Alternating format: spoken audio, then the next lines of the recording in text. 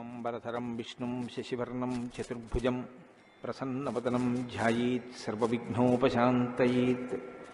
गुरुर्ब्रह्मा गुरुर्विष्णुः गुरुर्देवो महेश्वरः गुरुः साक्षात् परब्रह्म तस्मै श्रीगुरवे नमः। व्यासाय विष्णुरूपाय व्यासरूपाय विष्णवे नमो वै ब्रह्मनिधये वासिष्ठाय नमो नमः। कूजन्तं राम रामीति मधुरं मधुराक्षरम् आरुह्य कविताशाखां वन्दे वाल्मीकिकोकिलम्। श्रुतिस्मृतिपुराणानाम् आलयं करुणालयं नमामि भगवत्पादशङ्करं लोकशङ्करम्। सदाशिवसमारम्भां शङ्कराचार्यमध्यमाम् अस्मदाचार्यपर्यन्तां वन्दे गुरुपरम्पराम्। वागर्धाविव सम्पृक्तौ वागर्धप्रतिपत्तये जगतः पितरौ वन्दे पार्वतीपरमेश्वरौ। सूक्तिं समग्रयितुन स्वयमेव लक्ष्मीः श्रीरङ्गराजमहिषी मधुरैः कटाक्षैः वैदग्ध्यवर्णकुनकुम्भनगौरवैर्यां कण्डूलकर्णकुहराः कवयोधयन्ति। हैमोर्ध्वपुण्ड्रमजहन्मकुटं सुनासं मन्दस्मितं मकरकुण्डलचारुगण्डं बिम्बाधरं बहुलदीर्घकृपाकटाक्षं श्रीवेङ्कटेशमुखमात्मनि सन्निधत्ताम्। मनोजवं मरुततुल्यवेगं जितेन्द्रियं बुद्धिमतां वरिष्ठं वातात्मजं वनरयूथमुख्यं श्रीरामदूतं शिरसा नमामि। जयत्यतिबलो रामो लक्ष्मणश्च महाबलः राजाजीति सुग्रीवो राघवेणाभिपालितः। दासोऽहं कोसलेन्द्रस्य रामस्याक्लिष्टकर्मणः हनुमान् शत्रुसैन्यानां निहन्ता मारुतात्मजः। न रावणसहस्रं मे युद्धे प्रतिफलं भवेत् शिलाभिस्तु प्रहरतः पादपैश्च सहस्रशः। अर्दयित्वा पुरीं लङ्काम् अभिवज्य च मैथिलीं समृद्धार्धो गमिष्यामि विशतां सर्वरक्षसां। धर्मात्मा सत्यसन्धश्च रामो दशरथिर्यदि पौरुषे च प्रतिद्वन्द्वशरैरं जहिराविणिम्। आपदामपहर्तारं दातारं सर्वसम्पदां लोकाभिरामं श्रीरामं भूयो भूयो नमाम्यहम्। शरज्योत्स्नाशुद्धां शशीतजटाजूटमकुटां वरत्रासत्राणस्फटिकघटिका पुस्तककरां सकृन्नत्वा नत्वा कथमिव सतां सन्निधदते मधुक्षीरद्राक्षा मधुरिमधुरीणाः फणितयः। हरि ओं। పరమేశ్వర స్వరూపమైన సభకి నమస్కారం. ఈనాడు శంకర భగవత్పాదుల చేత ప్రతిష్ఠించబడినటువంటి భారతదేశం నాలుగు మూలలా ఉన్నటువంటి 4 పీఠాలలో సార్వభౌమ పీఠంగా పరిగణింపబడినటువంటి దక్షిణ భారతదేశంలోని శృంగగిరి పీఠానికి ఆధ్వర్యం వహిస్తున్న పూజ్యపాదులు శ్రీ శ్రీ శ్రీ భారతీ తీర్థస్వామి వారి యొక్క దివ్యమైనటువంటి సందేశంతో ప్రారంభమై వారి యొక్క అనుగ్రహ ఆశీస్సులతో ప్రారంభమైన ఈ శ్రీరామాయణ యజ్ఞ కార్యక్రమంలో 42 రోజుల పాటు 7 రోజులు ఒక కాండ చప్పున 6 కాండలు 6 ఏళ్లు 42 రోజులలో పూర్తి చేసి చిట్ట చివర పట్టాభిషేకం వరకు శ్రీరామాయణాన్ని సంపూర్ణంగా ప్రవచనం చేసేటటువంటి భాగ్యం నాకు కలగడం పరమేశ్వరుని యొక్క నిర్హేతుక కృపాకటాక్ష వీక్షణంగా భావన చేస్తున్నాను. శ్రీరామాయణం నిజంగా శ్రీరామాయణమే. ఎందుచేత నేను ఈ మాట అంటున్నానంటే ఇప్పుడే మీరు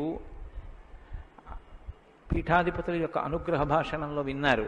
వేదవేద్యే పరే పుంసి జాతే దశరథాత్మజే వేద ప్రచేతసాదాసీత్ సాక్షాత్ రామాయణాత్మన అంటారు.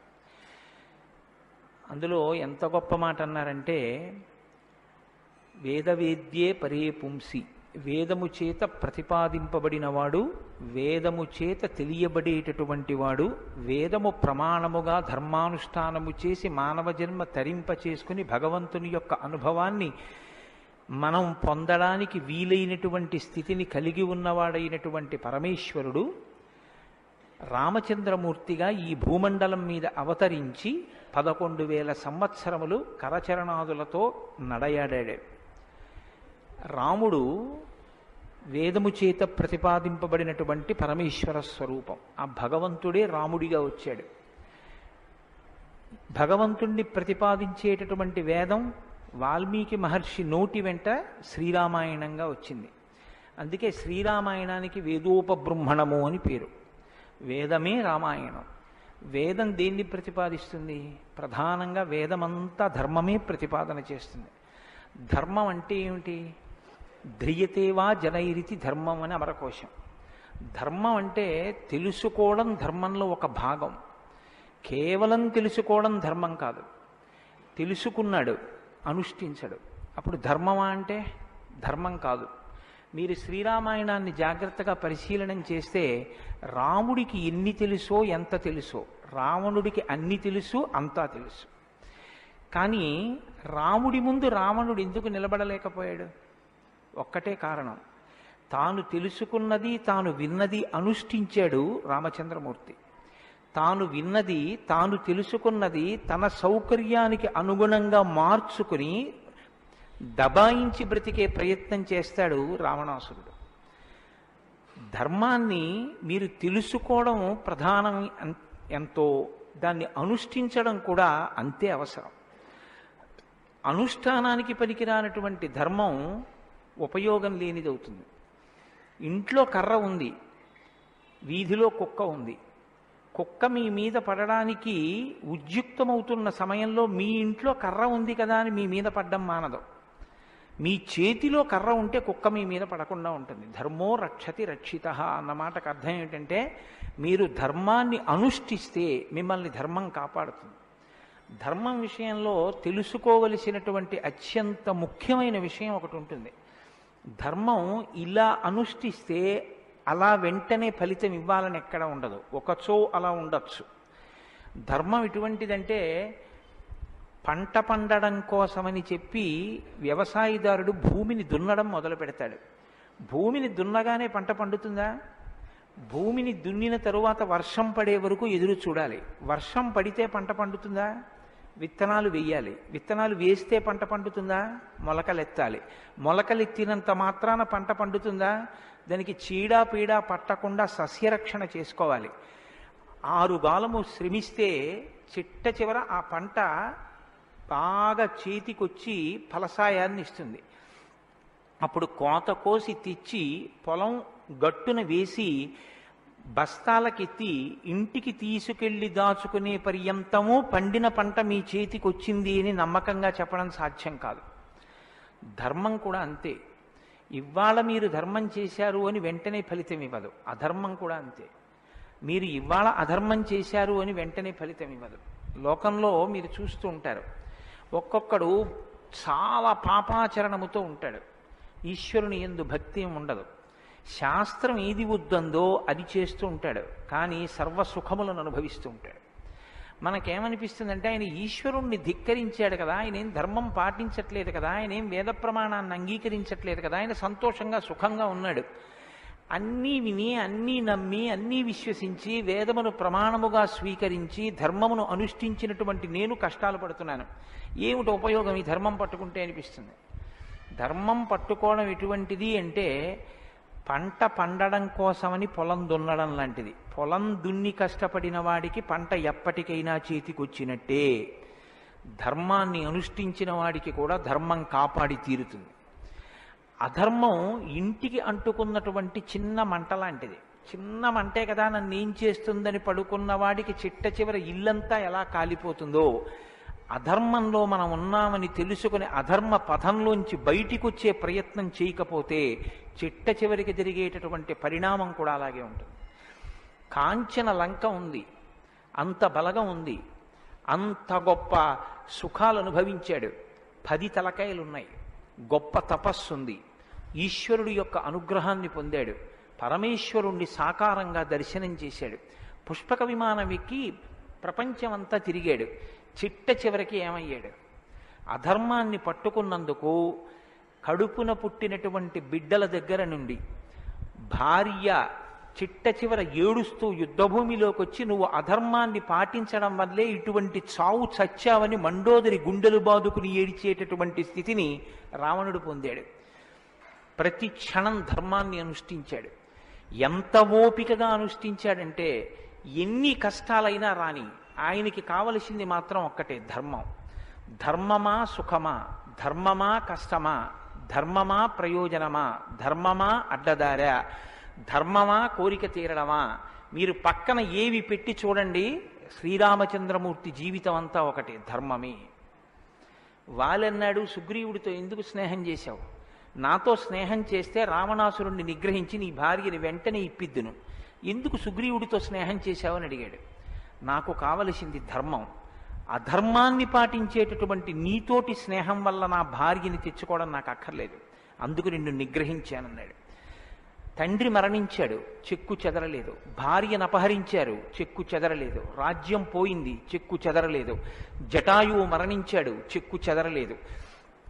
ఇలా కాదన్నయ్య, ఈ మార్గాన్ని విడిచిపెట్టి ఇలా వెళ్ళన్నాడు తోడ పుట్టినటువంటి లక్ష్మణమూర్తి. నాకొద్దన్నాడు. కన్న తల్లి కౌసల్య అంది, నీ తండ్రి ఇటువంటి దురాత్ముడు కాబట్టి నన్ను కూడా నీతో తీసుకెళ్ళండి. వద్దమ్మా, ధర్మం ప్రధానం అన్నాడు. ఎన్ని పర్యాయాలు ఆయన మాట్లాడితే ధర్మం ధర్మం ధర్మం. అయితే ఇక్కడ మీరు ఒక మాట గమనించవలసి ఉంటుంది. ధర్మం అంటే ఏది ధర్మం? కోటేశ్వరరావు గారు చెప్తే ధర్మం అవుతుందా? లేకపోతే ఎవరో నేను ఇది చెప్తానండి ఇది ధర్మం అంటే అవుతుందా? మనం చెప్తే ధర్మం అవదు, వేదం చెప్తే ధర్మం అవుతుంది. వేదం ఏది చెప్పిందో అది ధర్మం. వేదమునకు వ్యతిరేకముగా చెప్పనటువంటి స్మృతి చెప్పినది ధర్మం. వేదమునకు వ్యతిరేకంగా చెప్పని స్మృతి చెప్పిన మాట పాటించిన వాడిది ధర్మం.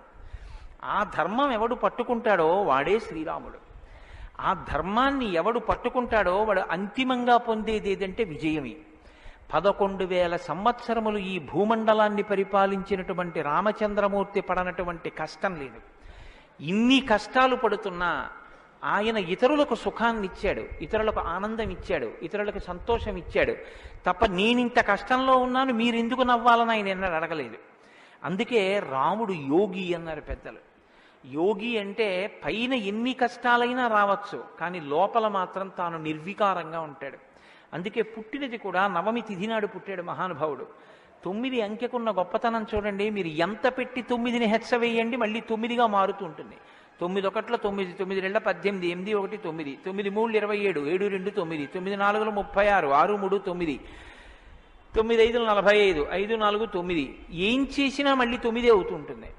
ఎన్ని కష్టాలు బయట రానివ్వండి, ఎన్ని వైక్లభ్యాలు కలగనివ్వండి, లోపల మాత్రం రాముడు ఎప్పుడూ ధర్మాన్నే పట్టుకుని ఉంటాడు. ధర్మాన్ని పట్టుకోవడం అంటే రాముడు రామాయణంలో మాట్లాడింది మీరు గమనించాలి. ఎప్పుడైనా రామాయణం చదవడం, రామాయణం వినడం అంటే ఒక్క పర్యాయం అని మీరు అనుకోకండి. రామాయణాన్ని బహుకోణాలలో చదవండి. రాముడు మాట్లాడితే అని రామాయణం చదవండి ఒకసారి. రాముడు ఎప్పుడు నేను ఇలా చెప్తాను అని అనడు. రాముడు ఎప్పుడు చెప్పినా ఎలా చెప్తాడంటే ఋషులు ఇలా చెప్పారంటాడు, పెద్దలు ఇలా చెప్పారంటాడు, శాస్త్రం ఇలా చెప్పిందంటాడు తప్ప నేను ఇలా చెప్తానన్నాడు రాముడు. తన నిర్ణయం కాదు, తాను ఏది చెప్పాలో కాదు, శాస్త్రం ఏం చెప్పిందో చెప్తాడు, ఋషులు ఏం చెప్పారో చెప్తాడు, పెద్దలు ఏం చెప్పారో చెప్తాడు, తాను ఎందుకు ధర్మాన్ని అనుష్ఠిస్తున్నానో చెప్తాడు. తన జీవితాన్ని ఆదర్శవంతంగా తీసుకొచ్చి మనుష్య జాతికంతటికి ఫలంగా అందించాడు. అటువంటి ధర్మాత్ముడైనటువంటి రామచంద్రమూర్తి మనుష్యుడిగా అవతారాన్ని స్వీకరించి ఉండకపోతే అసలు మనుష్యుని యొక్క జన్మ ప్రయోజనం ఇంత గొప్పవాడా మనిషి అన్న విషయమే లోకానికి అర్థమయ్యుండుండేది కాదు. ఎందుకంటే మీరు ఒక విషయాన్ని జాగ్రత్తగా గమనించండి. రామావతార స్వీకారానికి ముందరే రామనామం లోకంలో ఉంది. రామావతారానికి ముందు రామనామం లేకపోతే వాల్మీకి మహర్షికి రామనామాన్ని ఎలాగా ఉపదేశం చేశారు ఋషులు? ఆయనకి ఉపదేశం చేసిన తరువాత కదా రామచంద్రమూర్తి అవతారం వచ్చింది. ఆయన వాల్మీకిగా మారిన తరువాత కదా రాముడు పుట్టింది. కాబట్టి రామ అన్న నామం సాక్షాత్తు ఈశ్వరుడు యొక్క నామం. అది రమయతీతి రామ, లోకులనందరినీ రమింపచేసేటటువంటి నామం. అంతటి మహోత్కృష్టమైనటువంటి శీల సంపద కలిగినటువంటి వాడు రామచంద్రమూర్తి. అందుకే రామాయణాన్ని రామచంద్రమూర్తిని ఎంతకాలం మనుష్య జాతి ఆరాధన చేస్తుందో అంతకాలం మానవత్వం బ్రతికుంటుంది. ఏనాడు రామచంద్రమూర్తిని మరిచిపోతామో, ఏనాడు రామాయణం మనకు అక్కర్లేదని అంటామో, ఆనాడు మనిషిగా కనపడుతున్న మనుష్యత్వం చచ్చిపోతుంది, మానవత్వం చచ్చిపోతుంది, నరత్వం చచ్చిపోతుంది. అది పోయిన నాడు నరజన్మ యొక్క ప్రయోజనమే పోతుంది. అందుకే మీరు చూడండి, విష్ణువు దశావతారములను స్వీకరించారు. వేదోద్ధారణ, మందరాభరణ, పృథ్వీధర్మ నిర్మాణ, ప్రహ్లాదత్రాణ, బలిప్రతారణ, నృపాహంకార నిర్వాపన, వైదేహీ రమణ, ధనంజయ జయ వ్యాపార పారీణ, క్షోణీ దివ్యత్కరుణ, తమోహరణ, తండ్రి వెంకటేశ ప్రభో. ఇన్ని అవతారాలు స్వీకరించినా ఆ అవతార పరిసమాప్తి అయిపోయిన తరువాత మనం పిలిస్తే ఇక లక్ష్మీనారాయణులనే పిలుస్తాం. ఒక వామనమూర్తి అవతార పరిసమాప్తి అయిపోయింది, ఏమంటాం? లక్ష్మీనారాయణులు. ఒక పరశురాముడు లక్ష్మీనారాయణులు, ఒక మత్స్యావతారం లక్ష్మీనారాయణులు. ఒక్క సీతారాముల అవతారంలో మాత్రం యుగాలు మారిపోయినా ఆ అవతారాన్ని సీతారాములని పిలుస్తాం. భార్యాభర్తలు ఎలా బతకాలో నేర్పినటువంటి అవతారం రామావతారం. అన్నదమ్ములు ఎలా బతకాలో నేర్పిన అవతారం రామావతారం. తండ్రి కొడుకులు ఎలా బతకాలో నేర్పిన అవతారం రామావతారం.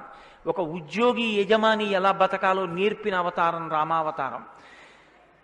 చిట్ట చివరికి ఎంత కష్టం కడుపులో ఉన్న రాజారాముడిగా సింహాసనం మీద కూర్చోవలసి వస్తే ప్రజల్ని కన్నబిడ్డల్లా పరిపాలించగలిగినటువంటి ధర్మాన్ని నిలబెట్టుకోగలిగినటువంటి సంపూర్ణత్వాన్ని సంతరించుకున్నటువంటి మనుష్య స్థితిని పొందిన అవతారం రామావతారం.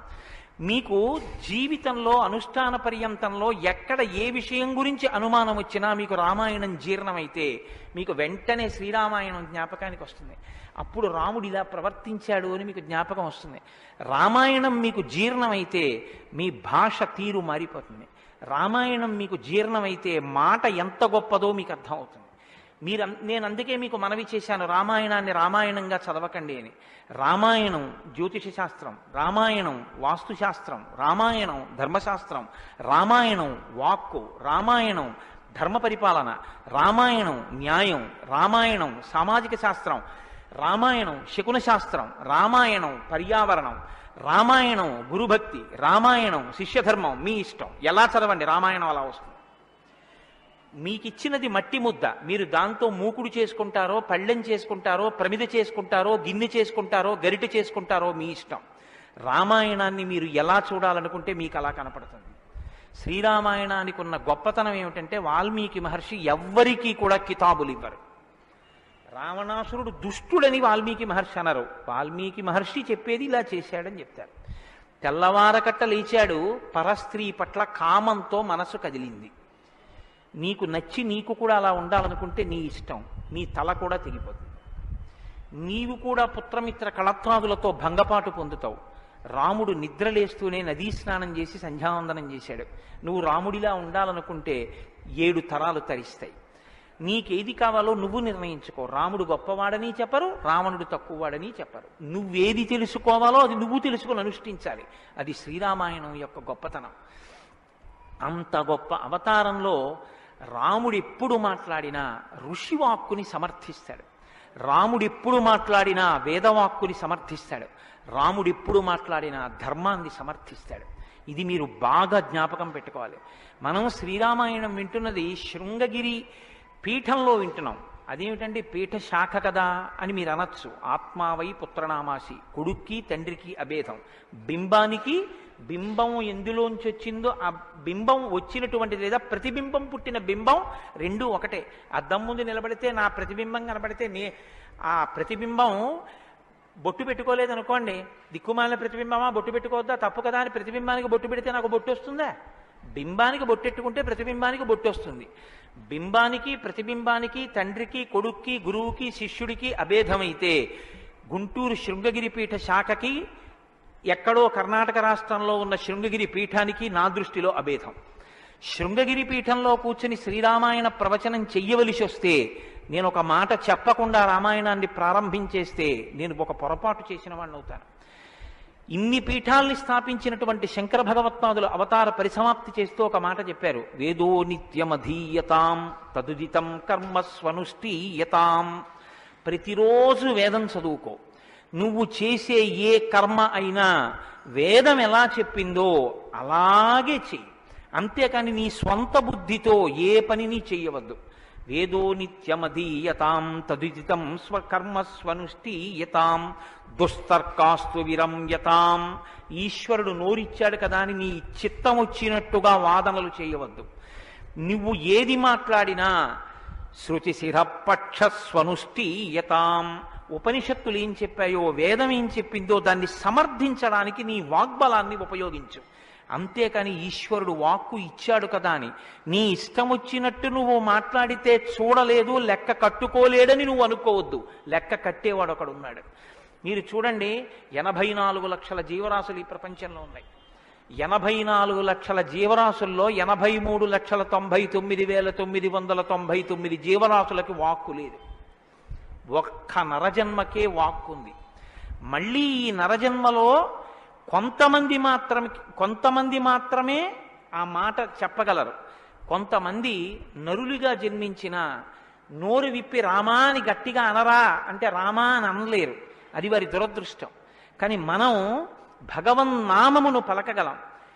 భగవన్నామం పలికి తరించగలిగినటువంటి భాగ్యం మనకుంది. హరునకు విభీషణున కద్రిజకున్ తిరుమంత్రరాజమై కరికి నహల్యకున్ ద్రుపదకన్యకు నార్తి హరించు చుట్టమై బరగిన ఎట్టి నీ పతితపావన నామము నాదు జిహ్మపై నిరంతరము నటింపచేయుమి కదా చరధి కరుణాపయోనిధి అని వేడుకున్నాడు గోపరాజు గారు. నాకేం అక్కర్లేదయ్యా స్వామి, నీ నామం నా నాలుక మీద నర్తింపచేయవయ్యా చాలన్నాడు. పవి పుష్పంబగు అగ్ని మంచగు నాకూపారం భూమిస్థలంబగు శత్రుండతిమిత్రుడవు విషము దివ్యాహారమౌ నిన్నగా అవనీమండలి లోపలం శివ శివేచ్ఛాభాషణోల్లాసకిన్ శివ నీ నామము సర్వవస్యకరమౌ శ్రీకాళహస్తీశ్వర. నాకు నీ శివనామం నా నాలుక మీద నర్తించాలని కోరుకున్నాడు ధూర్జటి. భగవన్నామం చెప్పుకుంటే చాలని ఆ నామం ఉన్నందుకు వెంపర్లాడారు. అంత్యకాలమునందు ఆయాసమున నిన్ను తలుచునో తలపనో తలతునిపుడి నరసింహ నరసింహ నరసింహ లక్ష్మీ చ దానవంతక కోటి భానుతేజ గోవింద గోవింద గోవింద సర్వేశ పన్నగాధిపశాయి పద్మనాభ అని రెండు చేతులిచ్చి నమస్కారం చేసి చిట్ట చివర ప్రాణం పోయేటప్పుడు ఆవేళ యమదూతల అగ్రహంబున వచ్చి ప్రాణముల్ పెకలించి పట్టునప్పుడు కపవాత పైత్యముల్ కప్పగా శ్రమచేత కంపముద్భవమంది కష్టపడుచు నారాయణాయంచు నా జిహ్వతో నిన్ను పిలుతునో శ్రమచేత పిలువలేనో నాటికిప్పుడు నీ నామస్మరణ చేతు చెవినిడవయ్య భూషణ వికాస శ్రీధర్మపుర నివాస దుష్ట సంహార నరసింహ దురిత దూరాన్ని గుండెలు బాదుకున్నాడు నరసింహచతక కర్త. ఆ భగవన్నామం పలికేటటువంటి భాగ్యం ఉన్న ఏకైక ప్రాణి సృష్టిలో కేవలం మనుష్యుడే. అటువంటి మనుష్యుడికి ఇచ్చినటువంటి అదనపు వరం భగవత్ కథాశ్రవణం. ఈశ్వర కథ వినగలడు. ఆ ఈశ్వర కథ వింటేనే సమస్త సంసార భ్రమణ పరితాపోపశమనం అంటారు శంకర భగవత్పాదులు. గలంతి శంభోత్పచ్చరిత సరిత కిల్బిషరజో దళంతి ధీకుల్యాశ్సరతి పతంతి విజయతాం దిశంతి సంసార భ్రమణ పరితాపోపశమనం వసంతి మచ్చేతో హృదవు విశివానందలహరి అంటారు. సంసార భ్రమణ పరితాపోపశమన కారణమైనటువంటి భగవంతుని యొక్క కథాశ్రవణము చేసి నోటితో జుర్రుకున్నటువంటి పదార్థాలు సప్తధాతువులతో నిర్మింపబడిన ఈ దేహాన్ని పోషిస్తే భగవంతుని యొక్క కథని చెవులతో జుర్రుకున్నటువంటి వాడు మళ్ళీ పుట్టవలసిన అవసరం లేకుండా పునరపి జననం పునరపి మరణం పునరపి జనని జఠరే చయనం ఇహ సంసారే బహుదుస్తారే కృపయాపారే పాహి మురారే అని ఆ భగవన్నామామృతాన్ని చెవులలోంచి లోపలికి జుర్రుకున్నటువంటి వాడు పునరావృత్తి రహిత శాశ్వత శివ సాయుధ్య స్థితిని పొందగలుగుతున్నాడు. ఇటువంటి భాగ్యం కలిగినటువంటి ప్రాణి మనుష్యుడు. ఆ మనుష్యుని యొక్క జీవితం ఎంత గొప్పదో, అసలు నరుడంతే ఎంత గొప్పవాడో నిరూపించినటువంటి అవతారం రామావతారం. నరుడిగా జన్మించి రామ కథ వినకపోతే, రాముని యొక్క గొప్పతనాన్ని వినకపోతే, రాముడు మనకి చేసిన మహోపకారం ఏమిటో తెలుసుకుని కృతజ్ఞతలు ఆవిష్కరించకపోతే అంతకన్నా కృతజ్ఞుడు వేరొకడు ఉండడు. నేను ఈ మాట ఎందుకు అంటున్నానో తెలుసా అండి? రావణాసురుడు వరాలు కోరుకున్నాడు బ్రహ్మగారిని. అందరినీ అడిగాడు, ఒక్క నరవానరులను వదిలిపెట్టాడు. ఎందుకు వదిలిపెట్టావని బ్రహ్మగారు అడగలేదు, తానీ చెప్పుకున్నాడు.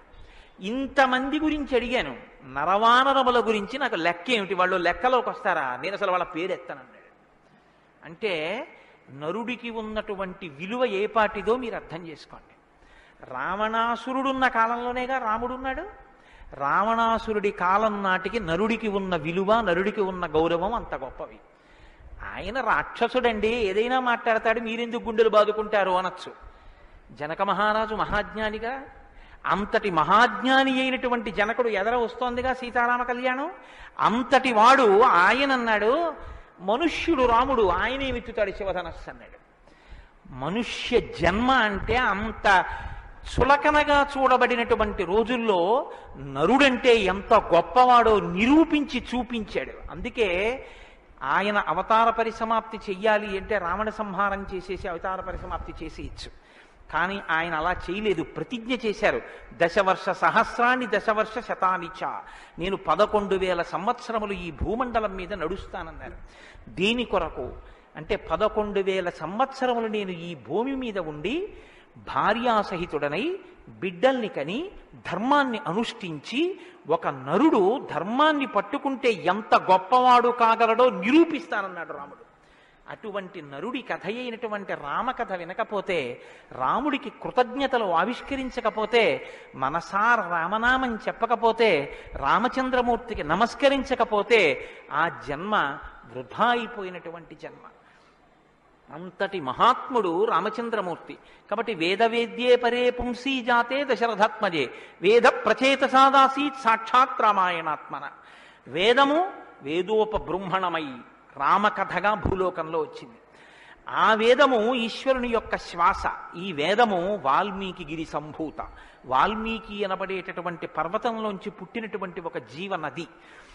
వేదము మనం వెళ్ళి స్నానం చెయ్యాలి, మనం వెళ్ళి దర్శనం చెయ్యాలి. రామాయణము ప్రవహించి ఇంటింటి ముందు నుంచి వెళ్ళిపోయినటువంటి గంగ లాంటిది. దక్షిణామూర్తి వేదం, శంకరాచార్యుల వారు రామాయణం. దక్షిణామూర్తి ఎక్కడో ఒక్క చోట కూర్చుని ఉంటారు. సనక సనందనాదులు కూడా ఆయన కూర్చున్న చోటికే వెళ్ళి నమస్కారం చేసి జ్ఞానోపలబ్ధి పొందాలి. శంకరాచార్యుల వారు అలా కాదు. శంభోర్మూర్తిశ్చరతి భువనే శంకరాచార్య రూప.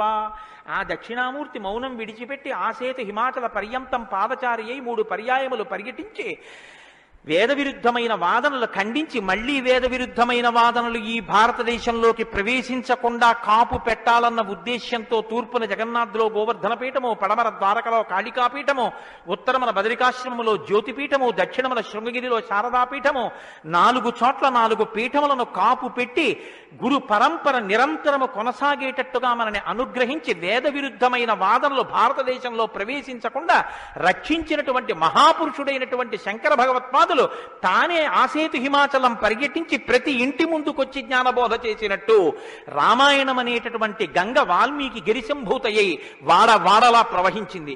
రామకథ రామనామం తెలియనివాడు లోకంలో ఉండడు. ఏదైనా తెలియదేమో, రామకథ తెలియనివాడు రామనామం తెలియనివాడు లోకంలో ఉండడు. మంచికైనా రామనామం, చెడుకైనా రామనామం. ఏమయ్యా అంత పని చేసావా? రామరామ నేను చేస్తానండి అంటాడు. ఏదైనా చూడకూడదు చూస్తే రామరామ ఇలాంటిది చూశానేమండి అంటాడు. ఏదైనా మంచి జరిగితే రామరామ ఎంత మంచి మాట విన్నాను ఇవ్వాలంటాడు.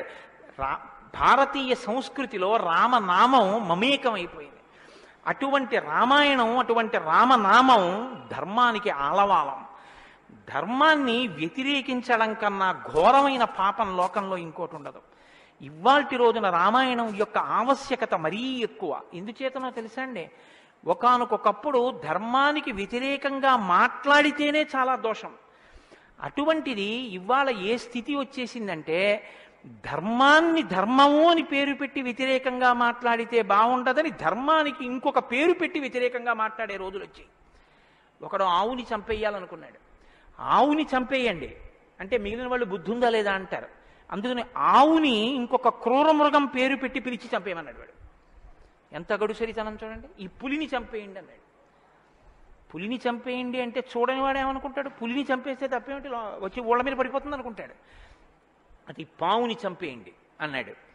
విన్నవాడు పావు అనుకున్నాడు, కనదు ఆవు. ఆవుని చూపించి పావుని చంపేయండి అన్నాడు. వాడికి తెలియదా ఇది ఆవుని? తెలుసు. మరి ఆవుని చంపేయండి అని ఎందుకండవు అంటే, ఆవుని చంపేయండి అంటే ఆవుని చంపడం ఏమిట్రా అంటారని పావుని చంపేయండి అన్నాడు తెలిసి. ధర్మాన్ని ఆచరించకండి అంటే జనం తిరగబడతారని మూఢ విశ్వాసాల జోలికి వెళ్ళకండి అంటున్నారు. పేరు మార్చారు, కానీ వ్యవస్థని ధర్మానికి దూరం చేస్తున్నారు. ఆ స్థితి నుంచి మనం రక్షింపబడాలంటే మనకున్న ఆధారం ఒక్కటే, శ్రీరామాయణాన్ని వినాలి, శ్రీరామాయణాన్ని బాగా తెలుసుకోవాలి, శ్రీరామాయణాన్ని తరచి తరచి గమనించాలి. రామాయణం మనకి తెలుసున్న రామకథే కదా అనుకోకండి. నేను మీకు యథార్థం మనవి చేస్తున్నాను. మీరు రామాయణాన్ని ఎన్ని మాటలు చదవండి, ఎన్ని మాటలు వినండి, మీకు రామాయణం కొత్త కోణంలో ప్రకాశిస్తుంది, రామాయణం కొత్త కోణంలో భాషిస్తుంది. అంత గొప్ప రామాయణం. సరే నువ్వు చెప్పేది రామాయణం కదా, రామాయణం గురించి ఎందుకు అంతసేపు చెప్తావు? మేము ఎదర వింటాం కదా రామాయణం. అసలు నువ్వు రామాయణం ప్రారంభం చెయ్యి అని మీరు అంటారు, నాకు తెలుసు. శ్రీరామాయణ ప్రారంభం ఎక్కడ జరిగింది అంటే, తపస్వాధ్యాయ నిరతం తపస్వీ వాగ్విదాం వరం నారదం పరిపప్రచ్చర్ వాల్మీకి మునిపుంగవం అన్నారు. అంటే ఒకానొక నాడు వాల్మీకి మహర్షి తన ఆశ్రమంలో ఉన్నారు. నారద మహర్షి వచ్చారు. నారద మహర్షి వస్తే వచ్చిన నారద మహర్షి ఎటువంటి వారో చెప్తున్నారు మొదట. ఏదో నారదుడు వచ్చారు, వాల్మీకి అడిగారు, అది కాదు ఆ శ్లోకం. మీరు ఆ శ్లోకాన్ని చాలా జాగ్రత్తగా గమనించాలి. ఎటువంటి నారదుడు ఎటువంటి వాల్మీకి మహర్షి ఆశ్రమానికి వచ్చారట? తపస్వాధ్యాయ నిరతం తపస్వి వాగ్విదాం వరం నారదం పరిపప్రచ్చర్ వాల్మీకిర్ మునిపుంగవం. ఈ శ్లోకం నేను చెప్పే ముందు మీతో ఒక మాట నేను మనవి చెయ్యాలి. వాల్మీకి మహర్షి ఆశ్రమానికి నారదుడు వచ్చి సంక్షేప రామాయణం చెప్పిన తరువాత కదా రామాయణం ప్రచారంలోకి వచ్చింది. వాల్మీకి మహర్షి ఆశ్రమానికి నారద మహర్షి వచ్చిన తరువాత రామాయణాన్ని ఎవరికి నేర్పారు? ఆయన రచన చేసి మొట్టమొదట ఎవరికి నేర్పి ఉండాలి? ప్రవాహము అంటే ఎవరి ద్వారానో వెళ్ళాలి కదా. అది మొట్టమొదట లోకంలో దాన్ని ప్రచారం ఎవరితో ప్రారంభమైంది? వాల్మీకి రామాయణ రచన చేసి ఎవరికి నేర్పారు? వాల్మీకి రామాయణ రచన చెయ్యగానే నేర్పిన మొట్టమొదటి శిష్యులు లవకుశులు. లవకుశులకి మొట్టమొదట రామాయణం నేర్పుంటే సీతమ్మ వాల్మీకి ఆశ్రమంలో ఉందా లేదా? ఉంది. వాల్మీకి ఆశ్రమంలోకి సీతమ్మ వచ్చి లవకుశులు పెద్దవాళ్ళై గురువుగారి దగ్గర శ్రీరామాయణాన్ని ఉపదేశం పొందడానికి యోగ్యమైనంత వయస్సు వచ్చేసిన తరువాత నారద మహర్షి వచ్చారు. వచ్చి సంక్షేప రామాయణం చెప్పారు. అప్పటి వరకు రామాయణం లేదు లోకంలో, అంతే. ఇంకా తర్వాత కదా వాల్మీకి రచించారు సంక్షేప రామాయణం విన్నాక. కాబట్టి ఇప్పుడు రామాయణ కథ ఏ స్థాయిలో ఉంది, ఏ స్థితి దగ్గర ఉంది? రామాయణ రచన మొదలయ్యేప్పటికే రామాయణం పూర్తయిపోయే స్థితిలో ఉంది. రామాయణం పూర్తయిపోయే స్థితిలో రామాయణ రచన ప్రారంభమైంది. ఇది మీరు గమనించాలి. రామచంద్రమూర్తి పుట్టక ముందు రామాయణాన్ని రచించలేదు వాల్మీకి. రామచంద్రమూర్తి పట్టాభిషేకాత్ పూర్వం రామాయణ రచన జరగలేదు. రామాయణ రచన ఎప్పుడు జరిగినట్టు? రామచంద్రమూర్తి పట్టాభిషేకం చేసుకుని సీతమ్మ తల్లిని అడవులలో విడిచిపెట్టి అడవులలో ఉన్న సీతమ్మని వాల్మీకి మహర్షి తన కుటీరానికి తీసుకెళ్లి లవకుశులు జన్మించి వాళ్ళు పెరిగి పెద్దవాళ్ళై యోగ్యులై విద్యాభ్యాసం చేసి సంగీత విద్యలో మంచి నిష్ణాతులై వాల్మీకి మహర్షి రచించిన రామాయణాన్ని బోధ చేస్తే నేర్చుకుని లోకంలో ప్రచారం చెయ్యగలిగినంత వయస్సు వాళ్ళు వచ్చిన తరువాత నారద మహర్షి వచ్చారు అక్కడికి. అలా ఎందుకు జరగాలి అంటే, వచ్చినటువంటి మహానుభావుడు రామచంద్రమూర్తిగా వచ్చాడు. మనుష్యుడిగా నడిచి చూపించేశాడు. అప్పటికే 11,000 సంవత్సరాలు ఇంచుమించు పూర్తయిపోతున్నాయి. జరిగిన కథ జరిగిపోయింది. జరిగిన కథ జరిగిపోయిన తర్వాత ఇప్పుడు వచ్చాడు నారదుడు. ఇప్పుడు జరిగిపోయిన కథలో అడుగు తీసి అడుగు వేస్తే ధర్మం. రామాయణంలో అడుగు తీసి అడుగేస్తే ఎంత కథ చెప్పాలండి నారదుడు వాల్మీకి మహర్షికి? రాముడు పుట్టుక ముందు దగ్గర నుంచి చాలా కష్టపడి రాముడు ఇలా మాట్లాడాడు, రాముడు అలా మాట్లాడాడు, సీతమ్మ రాముడి దగ్గరికి ఇలా వెళ్ళింది, దశరథ మహారాజు గారి దగ్గరికి రాముడు ఇలా వెళ్ళాడు, రాముడు కౌశల్య దగ్గరికి ఇలా వెళ్ళాడు, రాముడితో ఇలా మాట్లాడాడు, ఇవన్నీ నారదుడు చెప్పాలి. నారదుడు ఎలా చెప్పగలడు? చెప్పగలడు. సర్వజ్ఞుడు, మహానుభావుడు, గురుస్వరూపం కాబట్టి చెప్పగలడు. కానీ అలా చెప్తూ వెడితే రామాయణం ఎవరు చెప్పినట్టు అవుతుంది? నారదుడు చెప్పింది వాల్మీకి రాసింది అవుతుంది. మరి వాల్మీకి రామాయణ రచన చేశారని మనం ఎలా చెప్తున్నాం? ఒకటే కారణం, సంక్షేప రామాయణమే నారదుడు చెప్పాడు. కేవలం ఒక 100 శ్లోకాల దగ్గరలో రామకథని ఒక్కసారి అలా చిన్న మాల కింద అల్లి చెప్పి వెళ్ళిపోయాడంతే. మిగిలిన రామకథ రాముడు ఎలా కదిలాడో, ఎలా అడుగేశాడో, ఎలా నడిచాడో, ఎలా మాట్లాడాడో ఇవన్నీ వాల్మీకి మహర్షికి కనపడ్డాయి. ఎప్పుడు? అయిపోయాక కదండి. రాముడు పుట్టేశాక, రాముడు మాట్లాడాక, రాముడి పెళ్ళైపోయాక, రాముడు యుద్ధం చేశాక, రాముడు అప్పుడు సీతమ్మతో అంతఃపురంలో ఇలా మాట్లాడాడని వాల్మీకి తెలిసింది. ఎలా తెలిసింది? 2 కారణాలతో తెలియాలి. రాముడు చెప్పాలి, 2 వాల్మీకి ఊహ చెయ్యాలి. రాముడు చెప్తే అన్నీ అలా ఏకాంతంలో తాను సీతమ్మతో మాట్లాడినవి కూడా చెప్తాడా? మర్యాదా పురుషోత్తముడైన వాడు. 2 ఊహ చేస్తే ఊహ నిజం కావాలని ఎక్కడుంది? అప్పుడు రామాయణం మీరు వేదోపబ్రహ్మణంగా ప్రమాణంగా ఎలా స్వీకరించి చెప్పుకుంటున్నారు ఇవాళకి? కాబట్టి ఆ రెండిటికి మధ్యలో ఏదో ఉండాలి మీరు నమ్మాలంటే కదా. ఇప్పుడు చెప్పండి, రామాయణం ఓ కొత్త కోణంలో మీరు వినవలసిన అవసరం ఉందా లేదా ప్రారంభంలోనే? కాబట్టి నారదుడు వచ్చాడు, వాల్మీకి చెప్పాడు, అంతే. వినకండి. ఎటువంటి నారదుడు వచ్చాడు, ఎటువంటి వాల్మీకి చెప్తున్నాడు అసలు? ఏ స్థితిలో ఉన్నారు ఇప్పుడు వాల్మీకి మహర్షి? అంటే సీతమ్మ తల్లి ఆయన ఆశ్రమంలో ఉంది. సీతమ్మ తల్లి ఊరట పొందడానికి కావలసిన వాతావరణం ఆశ్రమంలో ఉంది. ఆయన నిరంతరము కూడా తపస్వి అయి ఉన్నారు. తపస్వి అంటే కృచ్ఛచాంద్రాయణాది వ్రతములు చేసేటటువంటి వాడు. అంటే శుక్లపక్షంలో తిథులు పెరుగుతున్నప్పుడు ఒక్కొక్క ముద్ద పెంచుకుంటూ వెడతారు. పౌర్ణమికి పూర్తిగా భోజనం చేస్తారు. బహుళపక్షంలో ఒక్కొక్క ముద్ద తగ్గిస్తూ అమావాస్య వచ్చేటప్పటికి పూర్ణంగా ఆహారం విడిచిపెట్టేస్తారు. ఇలా విడిచిపెట్టి నిరంతరం వేదం చదువుకుంటూ వేదము చేత ప్రతిపాదింపబడిన పరమేశ్వర స్వరూపాన్ని ఇక్కడే అనుభవంలోకి తెచ్చుకునే ప్రయత్నం చేస్తారు. అహం బ్రహ్మాస్మి అంటే అది కదండి శృంగగిరి పీఠానికి మహావాక్యం, అహం బ్రహ్మాస్మి. నేనే ఈశ్వరుడను అన్న వాక్యాన్ని అనుభవపూర్వకం చేసుకోవాలి. దానికి ఈ వ్రతం అంతా కర్మాచరణం. ఇప్పుడు ఈ కర్మాచరణం అంతా చేసి తపిస్తున్న వాల్మీకి దేని కొరకు తపిస్తున్నారు? బ్రహ్మముగా తనను తాను తెలుసుకొనుట కొరకు ప్రయత్నిస్తున్నారు. ఇప్పుడు యోగ్యమైన కాలం సిద్ధించింది. యోగ్యమైన కాలం సిద్ధిస్తే ఉపదేశం చెయ్యడానికి రావలసిన వాడు ఎవరు రావాలి? గురువుగారు రావాలి. గురువుగారి కన్నా మంగళస్వరూపం లోకంలో ఉంటుందా? ఇంకుండదు. అన్నిటికన్నా మంగళస్వరూపం ఏది అంటే గురువుగారే. గురువుగారి కన్నా గొప్పవాడు, గురువుగారి కన్నా అధికుడు లోకంలో ఉండడు. నగురోరధికం నగురోరధికం నగురోరధికం ఇది శివశాసనత. గురువు కన్నా అధికుడి లోకంలో లేడు. మరి ఈశ్వరుడండి అని మీకు అనుమానం రావచ్చు. ఈశ్వరుడి కన్నా అధికుడు గురువే. ఎందువల్ల? అసలు గురువు లేకపోతే ఈశ్వరుడి యొక్క అస్తిత్వం ప్రకటనం కాదు. సరికదా? నేను మీకు ఒక మాటలో చెప్పాలంటే శృంగగిరి పీఠాధిపత్యం వహించిన చంద్రశేఖర భారతీ స్వామి వారి దగ్గరికి ఒక వ్యక్తి వెళ్ళి అన్నాడు, నా దగ్గర ఒకటి కన్నా ఎక్కువ మంత్రాలు ఉపదేశం పొందినవి ఉన్నాయి.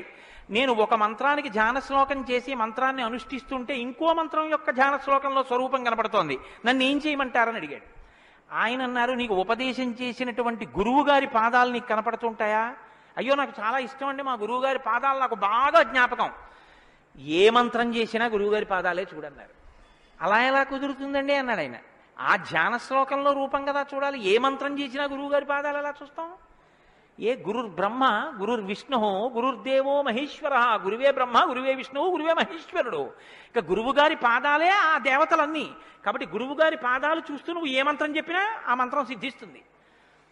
అయినప్పుడు ఇప్పుడు గురుదర్శనమే మంగళకరమైనటువంటి దర్శనం. నారదుని యొక్క దర్శనం, నారదుని యొక్క పేరెత్తడం కన్నా గొప్పతనం ఇంకోట్లేదు.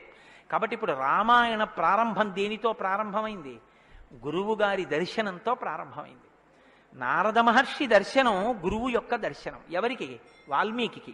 రామాయణాన్ని నమ్ముకున్న జాతికి ప్రతినిధి. మనకే దర్శనంతో ప్రారంభమైంది? జగద్గురు దర్శనంతో మనకి ప్రారంభమైంది. కాబట్టి ఇప్పుడు ఎవరొచ్చారు? ఆ వచ్చినటువంటి వ్యక్తి సామాన్యమైనటువంటి వ్యక్తి రాలేదు, నారదుడు. ఆ వచ్చినటువంటి వారు మహానుభావుడై తపస్వాధ్యాయ నిరతం, నిరంతరము తపస్సు చేసేటటువంటి వారు.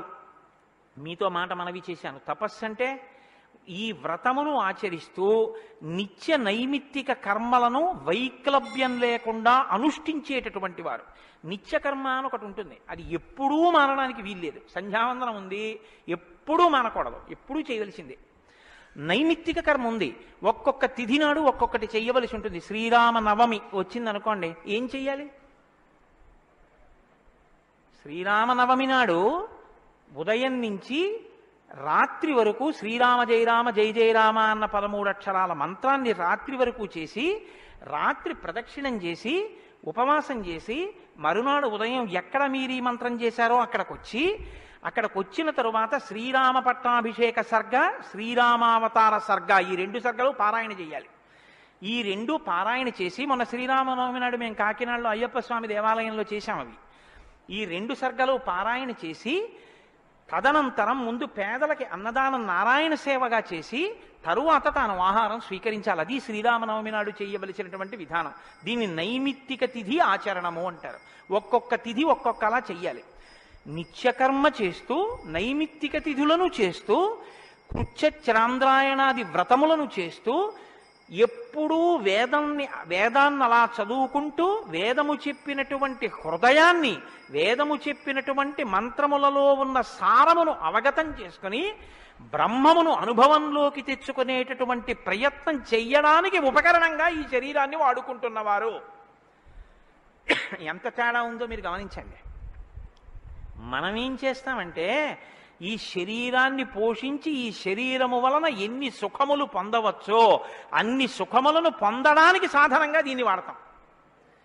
ఇది ఎందుకు అంటే దీంతో అబ్బో ఎన్ని రుచులు చూస్తాడో, దీనికి ఎన్ని స్పర్శ సుఖాలు ఇస్తాడో, దీంతో ఎన్ని వినకూడనివి వింటాడో, దీంతో ఎన్ని పీల్చకూడనివి పీలుస్తాడో. వాళ్ళు ఏం చేస్తారంటే దీన్ని సాధనంగా చేసుకుని దీన్ని ఎలా వాడుకోవాలో అలా వాడుకుంటూ దీన్ని అడ్డు పెట్టుకుని దీని ద్వారా దేన్ని తెలుసుకున్న తర్వాత ఇది పడిపోయినా పర్వాలేదో అది తెలుసుకోవడానికి ఉపకరణంగా దీన్ని వాడుకుంటారు. ఏమిటో నువ్వు అలా అన్నావు కానీ ఆ మాట ఏం స్పష్టంగా లేదని మీరు అంటారు, నాకు తెలుసు. భగవాన్ రమణుల మాటల్లో చెప్తే మీకు స్పష్టంగా అర్థమవుతుంది. ఇప్పుడు నేను అన్న మాటకి తెలుసుకోవలసినది తెలుసుకునేంత వరకు దీన్ని ఉపకరణంగా వాడుకోవడం అంటే ఏమిటని అడిగారు రమణ మహర్షి. ఆయన అన్నారు, భోజనం చేశాక విస్తర అవతల పారేయడం. విస్తరని ఏం చేస్తారండి? బాదమాకులు తెచ్చి, చీపురు పుల్లలు తెచ్చి, సన్నగా చీల్చి ముక్కలు చేసి అన్నం తినేటప్పుడు ఊడిపోయి అన్నంలో కలిసిపోకుండా జాగ్రత్తగా కుట్టి ఆకు తెచ్చి వేసుకుని నీళ్లు జల్లి తుడిచి పదార్థాలు వేసుకుని అన్నమంతా తిని ఉత్తరాపోసనం పట్టిన తర్వాత అప్పుడు తీసుకెళ్లి ఆకు వీధిలో పెంటకుప్ప మీద పారేస్తారు. అంతేగాని ఆకు పుట్టింది ఎందుకు అంటే ఆకు కుట్టింది ఎందుకు అంటే చివరి పెంటకుప్ప మీద పారేయడమేనండి, అందుకు పారేస్తాం అంటారా?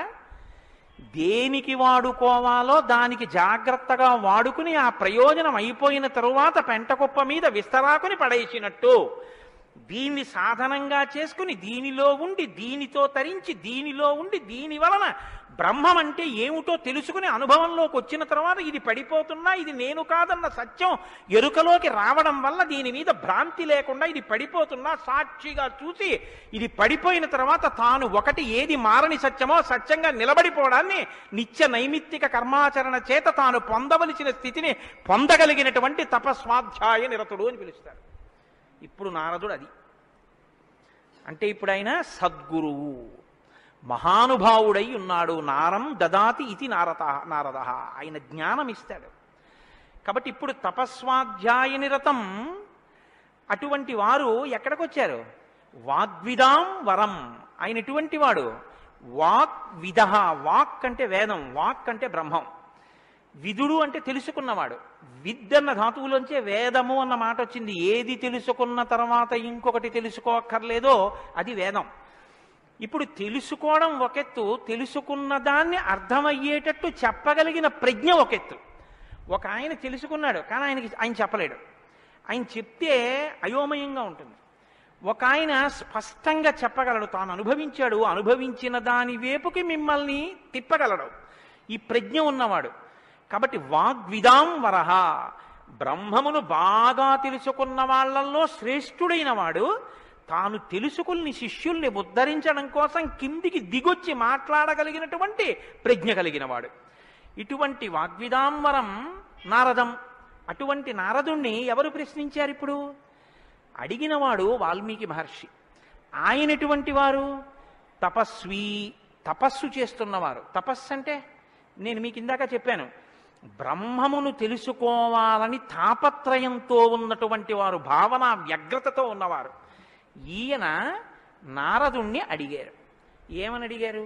అయ్యా మీరు వచ్చారు, చాలా సంతోషం అండి, నాకు ఏ ఆపదలు రాకుండా మా అబ్బాయికి ఉద్యోగం వచ్చేటట్టు, నాకు సంతోషంగా ఉండేటట్టు, మా ఆశ్రమంలో ఆవులన్నీ ఎప్పుడూ పాలిచ్చేట్టు చూడండి అని అడగలేదు ఆయన. ఆయన ఒక చిత్రమైన ప్రశ్న ఒకటి వేశాడు. అది లోకంలో సాధారణంగా ఎవ్వరూ అడగని ప్రశ్న. అందుకని రామాయణం పుట్టింది, లేకపోతే రామాయణం పుట్టే అవకాశం లేదు. మీరు ఒకటి బాగా జ్ఞాపకం పెట్టుకోండి, జ్ఞానం ఎక్కడి నుంచి పుడుతుంది అంటే ప్రశ్న చక్కగా వెయ్యగలిగినటువంటి శిష్య ప్రజ్ఞలోంచి పుడుతుంది. నేను నారదం పరిపప్రచ్ఛ, పరిప్రశ్న చేశారు. ప్రశ్న అంటే అడగడం అండి. నేను ప్రశ్న వేశానండి అంటే అర్థం ఏమిటి? నేను మిమ్మల్ని అడిగాను అని. పరిప్రశ్న అంటే ఇది బాగా అర్థం చేసుకోవాలి. నారదుణ్ణి పట్టుకుని ఏదో అడిగేస్తే ఆయన ఏం చెప్పడం అలాగా. పరిప్రశ్న చేస్తే చెప్పాడు ఆయన. పరిప్రశ్న అంటే, ప్రశ్న అంటే అడగడం, పరి అంటే, పరి అన్న మాట ముందు కలిపారు మహర్షి. పరి అంటే బాగా జ్ఞాపకం పెట్టుకోండి. ఇప్పుడు నేను ఎవరిని అడుగుతున్నానో ఆ మహానుభావుడు నోరు విప్పి చెప్పినటువంటి మాట త్రికాలముల యందు సత్యమే. ఆయన చెప్పిన మాట మీద నాకు అవిశ్వాసం అన్న మాట ఉండక్కర్లేదు. ఆయన అన్నారు అంటే అది జరిగి తీరుతుందంతే. ఆయన చెప్పింది చేస్తే ఆ ఫలితం వస్తుందంతే. ఆయనటువంటి శక్తివంతుడు. ఈ నమ్మకం మీకు ఉండి అడగడం మొదలు పెడితే శ్రద్ధ, పరిప్రశ్నకి ముందేముంటుందో తెలుసా అండి? శ్రద్ధ ఉంటుంది. శ్రద్ధ లేకుండా వినయం ఎలా వస్తుందండి? మీరు నాకు చెప్పండి. ఇప్పుడు నేను ఒక ఆయన దగ్గరికి వెళ్ళి ఇలా అయ్యా నమస్కారం అండి అని ఇలా ప్రణిపాతం చేసి నేల మీద పడి ఎంతో ఇదిగా 2 చేతులు ఇలా చాపి అయ్యా మీరు నాకు దయచేసి అనుగ్రహించి ఇది చెప్పాలని ఎందుకు అడుగుతాను? ఆయన శక్తివంతుడని నేను నమ్మితేను. వీడి మొహం వీడికేం వచ్చు అనుకున్నాను అనుకో, నేను నీకేం తెలిసాడో అంటాం. అంతే. పరిప్రశ్న చేస్తారేంటి? వినయం ఎప్పుడు ఉంటుంది? ఆయన శక్తివంతుడని తెలిస్తే వినయం ఉంటుంది. ఆయన శక్తివంతుడని మీరు నమ్మడాన్ని శాస్త్రంలో ఏమంటారో తెలుసా అండి? శ్రద్ధ అని పిలుస్తారు. శంకరాచార్యులు వారు భాష్యం చేస్తూ శ్రద్ధ అన్న మాట గురించి ఓ మాట చెప్పారు. శాస్త్రస్య గురువాక్యస్య సత్యబుద్ధ్యావధారణ సా శ్రద్ధా కదితా సిద్ధి యయా వస్తూపలభ్యతే. శ్రద్ధ అన్న మాటకు అర్థం ఏమిటంటే శాస్త్రము చెప్పినా గురువుగారు చెప్పినా అది పరమ సత్యము, ఇక దానికి తిరుగులేదు, అది కాని పాటిస్తే మనకి ఫలితము వచ్చి తీరుతుందని నమ్మడమే శ్రద్ధ అని పేరు. ఆ శ్రద్ధ ఎక్కడుందో దానిలోంచి వినయం వస్తుంది. అప్పుడు గురువుగారిని చూసి వంగి వంగి వంగి వంగి నమస్కరించి మాట్లాడతావు. ఎందుకు మాట్లాడాలి? ఆయన ఏం చేతకాకో మాట్లాడకపోతే ఆనందించలేని వాడో కాడు. ఆయన ఒక్కడు తనలో తాను ఆనందించగలడు. మరి ఇప్పుడు ఎందుకు మాట్లాడుతున్నాడు? నీ కొరకు మాట్లాడుతున్నాడు. ఆయన త్యాగం చేశాడు. ఆయన కంఠానికి శోష కలిగింది, అంటే బాధ కలిగింది. ఆయన ఊపిరికి ఘర్షణ కలిగింది. ఆయన శరీరానికి చెమట పట్టింది. దేని కొరకు? నీ కొరకు. ఆయన నీ కొరకు మాట్లాడుతున్నాడు. ఇది గుర్తిస్తే వినయం. ఈ త్యాగానికి నేనేమి ఇవ్వగలను ఆయనకి? ఈ కృతజ్ఞతాభావంతో నువ్వు నిలబడగలిగితే, అలా నువ్వు ప్రశ్నించగలిగితే పరిప్రశ్న అంటారు. ఇప్పుడు నారదం పరిపప్రచ్ఛ ఇలా ప్రశ్న వేశాడు తప్ప ఏదో ప్రశ్న వేస్తే రామాయణం వచ్చిందని మీరు అనుకోకండి. పరిప్రశ్న చేస్తే రామాయణం వచ్చింది. ఇప్పటి వరకు నారదుడు ఏం మాట్లాడలేదు, మీరు బాగా గమనించండి. వచ్చాడంతే. లోపలికి వచ్చారు, వాల్మీకి మహర్షి చూశారు, అర్ఘ్యపాద్యాదులు ఇచ్చారు, కూర్చోబెట్టారు. ఇప్పుడు పరిప్రశ్న చేస్తున్నారు. ఏ ప్రశ్న వేస్తే అసలు రామాయణం గురించి చెప్పారు ఆయన? వాల్మీకి మహర్షి అడిగిన ప్రశ్న ఏమిటంటే ఆయన్ని, కోన్వస్మిన్ సాంప్రదం లోకే గుణవాన్ కస్య వీర్యవాన్ ధర్మజ్ఞశ్చ కృతజ్ఞశ్చ సత్యవాక్యో దృఢవ్రతః చారిత్రేణ చ కోయుక్తః సర్వభూతేషు కోహితః విద్వాన్ కః కస్సమర్థశ్చ కస్యైక ప్రియదర్శనః ఆత్మవాన్ కో జితక్రోధో ద్యుతిమాన్ కో నరసూయకః కస్య బిభ్యతి దేవాశ్చ జాతరోషస్య సంయుగే. 16 గుణములు అడిగాడు ఆయన. ఈ 16 గుణములు పరిపూర్ణముగా ఉన్నటువంటి ఒక మానవుడు ఈ లోకంలో ఈ కాలంలో నేను ఉన్న రోజుల్లోనే, నేను ఇప్పుడు శరీరంతో తిరుగుతుండగా నా మాంసనేత్రంతో చూడడానికి వీలుగా ఎక్కడైనా ఎవరైనా ఉన్నారా అని అడిగాడు. అంటే అలాంటి వారే ఉన్నారు. ఆయన భార్యయే తన ఆశ్రమంలో ఉంది. ఇది తెలుసా వాల్మీకి? తెలియదని చెప్పవలసి ఉంటుంది. మరి ఇప్పుడు ఎందుకు వచ్చింది ఈ ప్రశ్న ఆయన నోటి వెంట? అమ్మవారు వచ్చింది కాబట్టి వచ్చింది. అమ్మవారు ఎందుకు వచ్చింది? అసలు రహస్యం ఏమిటంటే, రామాయణం లోకానికి అందాలంటే సీతమ్మ యొక్క సేవాభాగ్యం వాల్మీకి లభించాలి. సీతమ్మ సేవాభాగ్యమే శారదాదేవి సేవాభాగ్యం. అది అందితే నోటి వెంట ఈ ప్రశ్న వచ్చింది. నోటి వెంట ఒక్క ప్రశ్న వస్తే యుగాలు మారిపోయినా మనుష్యుడిగా పుట్టిన ప్రతివాణ్ణి తరింపచేయగలిగిన ఒక ఆది కావ్యం ఆయన నోటి వెంట వచ్చింది. ఇది రావడానికి ముందు సీతమ్మ రావాలి. అందుకని ముందు సీతమ్మ వచ్చేసింది ఆశ్రమానికి. వచ్చి అక్కడ కూర్చుంది. ఆ రామాయణాన్ని ప్రచారం చెయ్యగలిగిన యోగ్యమైన శిష్యుల్ని కూడా సీతమ్మే వాల్మీకి ఇచ్చింది లవకుశల రూపంలో. ఇది వాల్మీకిని సీతమ్మ తరింపచేసిన తీరు మీరు జాగ్రత్తగా గమనించగలిగితే, వాల్మీకి తరించడానికి మొదటి కారణం సీతమ్మే. అందుకే ఆయన అన్నారు, నేను చెప్పిన రామాయణానికి పేరేమిటో తెలుసా? సీతాయాశ్చరితం మహత్ అన్నారు. అది సీతమ్మ చరిత్ర అన్నారు. తల్లి ఎంత గొప్ప తల్లో మీరు ఆలోచించండి. అందుకే సీతమ్మ ఒకరు, శారదమ్మ ఒకరా? కాదు. సీతమ్మే శారదమ్మ. కాబట్టే అంత జ్ఞానం వాల్మీకి ఇచ్చి ఈ ప్రశ్న వేయించింది. ఎందుకు వేయించాలి? సీతమ్మ వెళ్ళిపోతే రామావతారం వెళ్ళిపోతుంది. ఇక సీతమ్మ వెళ్ళిపోతుంది. ఆ రోజులు వచ్చేసాయి. అప్పటికి ఆ రోజు వచ్చేసింది. ఎందుకంటే ఇక అశ్వమేధయాగం చేసేస్తాడు రాముడు. అశ్వమేధయాగం చేస్తే సీతమ్మ కనపడుతుంది రాముడికి. సీతమ్మ రాముడికి కనపడితే వేరొకసారి పాతివ్రత్యాన్ని నిరూపించుకోమని చెప్తాడు. ఎందుకు చెప్తాడంటే ఎప్పుడు లోకం కోసం, తన కోసం కాదు. ఈ మాట అనగానే ఆవిడంటుంది, నా ప్రయోజనం అయిపోయిందా, నీకు భార్యగా నీ వంశాన్ని నిలబెట్టడానికి. రామకథ నరుడి కథ బాగా గుర్తుపెట్టుకోండి. రామకథ దేవుడి కథని మీకు తెలిగితే మీకు ఎంత పనికొస్తుందో నేను చెప్పలేను. రామకథ నరుడి కథని మీరు వినండి, మీకు పనికొస్తుంది. అందుకే సీతమ్మ ఈ మాట అంది, నేను ఎందుకు వచ్చానో తెలుసా నీ పక్కకి? నీ వంశం తరించాలి. నీ వంశం తరించాలంటే నీకు పితృరుణం తీరాలి. పితృరుణం తీరాలంటే నీకు బిడ్డలు కనాలి. నీకు బిడ్డలు పుట్టాలి అంటే నా సహకారం ఉండాలి. నేను నా శరీరాన్ని త్యాగం చేస్తే నా కడుపులో ఉన్న బిడ్డలు కూడా పోతారు. పోతే నీకు పితృరుణం తీరదు. నువ్వు ఏకపత్ని వృతుడవు. ఇంకొక బిడ్డని, ఇంకొక ఆడదాన్ని స్వీకరించవు. నీ వంశం ఆగిపోతుంది. నా కారణంగా నీ వంశం ఆగకూడదు. నీ వంశం కొనసాగడానికి నీకు బిడ్డల్ని ఇచ్చాను. నా ప్రయోజనం అయిపోయింది. నేను వెళ్ళిపోతున్నానని భూమిలోకి వెళ్ళిపోయింది ఆవిడ. ఆవిడ వెళ్ళిపోయిన తర్వాత ఇక రామావతారం లేదు. సరయూ నదిలో ప్రవేశించి రామావతారం కూడా పూర్తయిపోయింది. ఇప్పుడు రామావతారం పూర్తయిపోకముందే సీతమ్మ రామాయణం పలికించాలి వాల్మీకితో. పలికించాలంటే ఈ సన్నివేశాన్ని సృష్టించాలి. నారదుణ్ణి పిలిపించింది ఆవిడ. కాబట్టి వచ్చాడు మహానుభావుడు. వస్తే ఆయన ఈ ప్రశ్న అడిగాడు. ఇప్పుడింత ఆర్తితో ఈ ప్రశ్న అనుకోకుండా నోటి వెంట వస్తే తప్ప రామాయణ కథ ప్రారంభం కాదు. అందుకని అడిగాడు, కోన్వస్మిన్ సాంప్రతంలోకే గుణవాన్ కస్య వీర్యవాన్. ఈ కాలంలో నారద మహర్షి ఇప్పుడు నేను చూడడానికి వీలుగా నేను అడిగిన మహానుభావుడు ఎవరైనా ఉన్నాడా? ఎవరు? 16 గుణములున్నవాడై ఉండాలి. గుణమన్న మాటకు అర్థం ఏమిటి? తాను గురుముఖత నేర్చుకున్నటువంటి విద్య ఏ కాలమునందు ప్రవర్తనలో ఎలా ప్రకాశించాలో అలా ప్రకాశిస్తే అది గుణముగా కనపడుతుంది.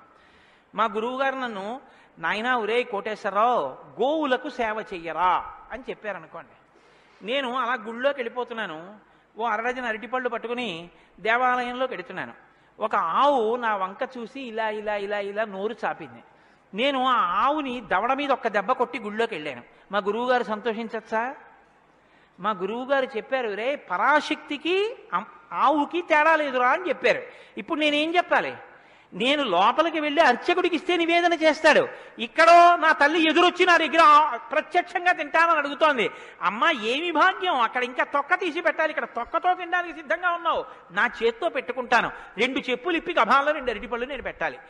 పెడితే నేను గురువాక్యాన్ని అనుష్ఠానంలోకి తెచ్చుకున్నవాడిని. ఇప్పుడు గుణముగా ప్రకాశిస్తుంది.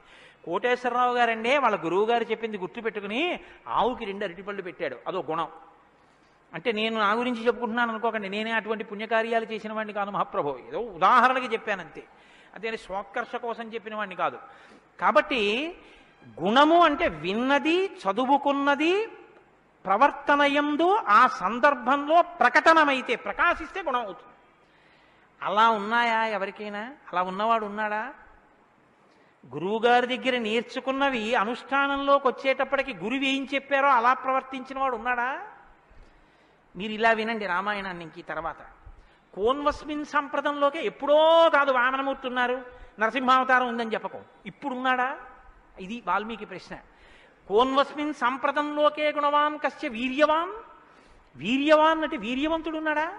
వీర్యవంతుడంటే ఎటువంటి యుద్ధం వచ్చినా చెక్కు చెదరకుండా తానుగా నిలబడి తనలో ఏ మార్పు లేకుండా బయట మార్పు తేగలిగినవాడు, ఎంతమందినైనా పడగొట్టగలిగినవాడు. అటువంటి వాడు ఉన్నాడా?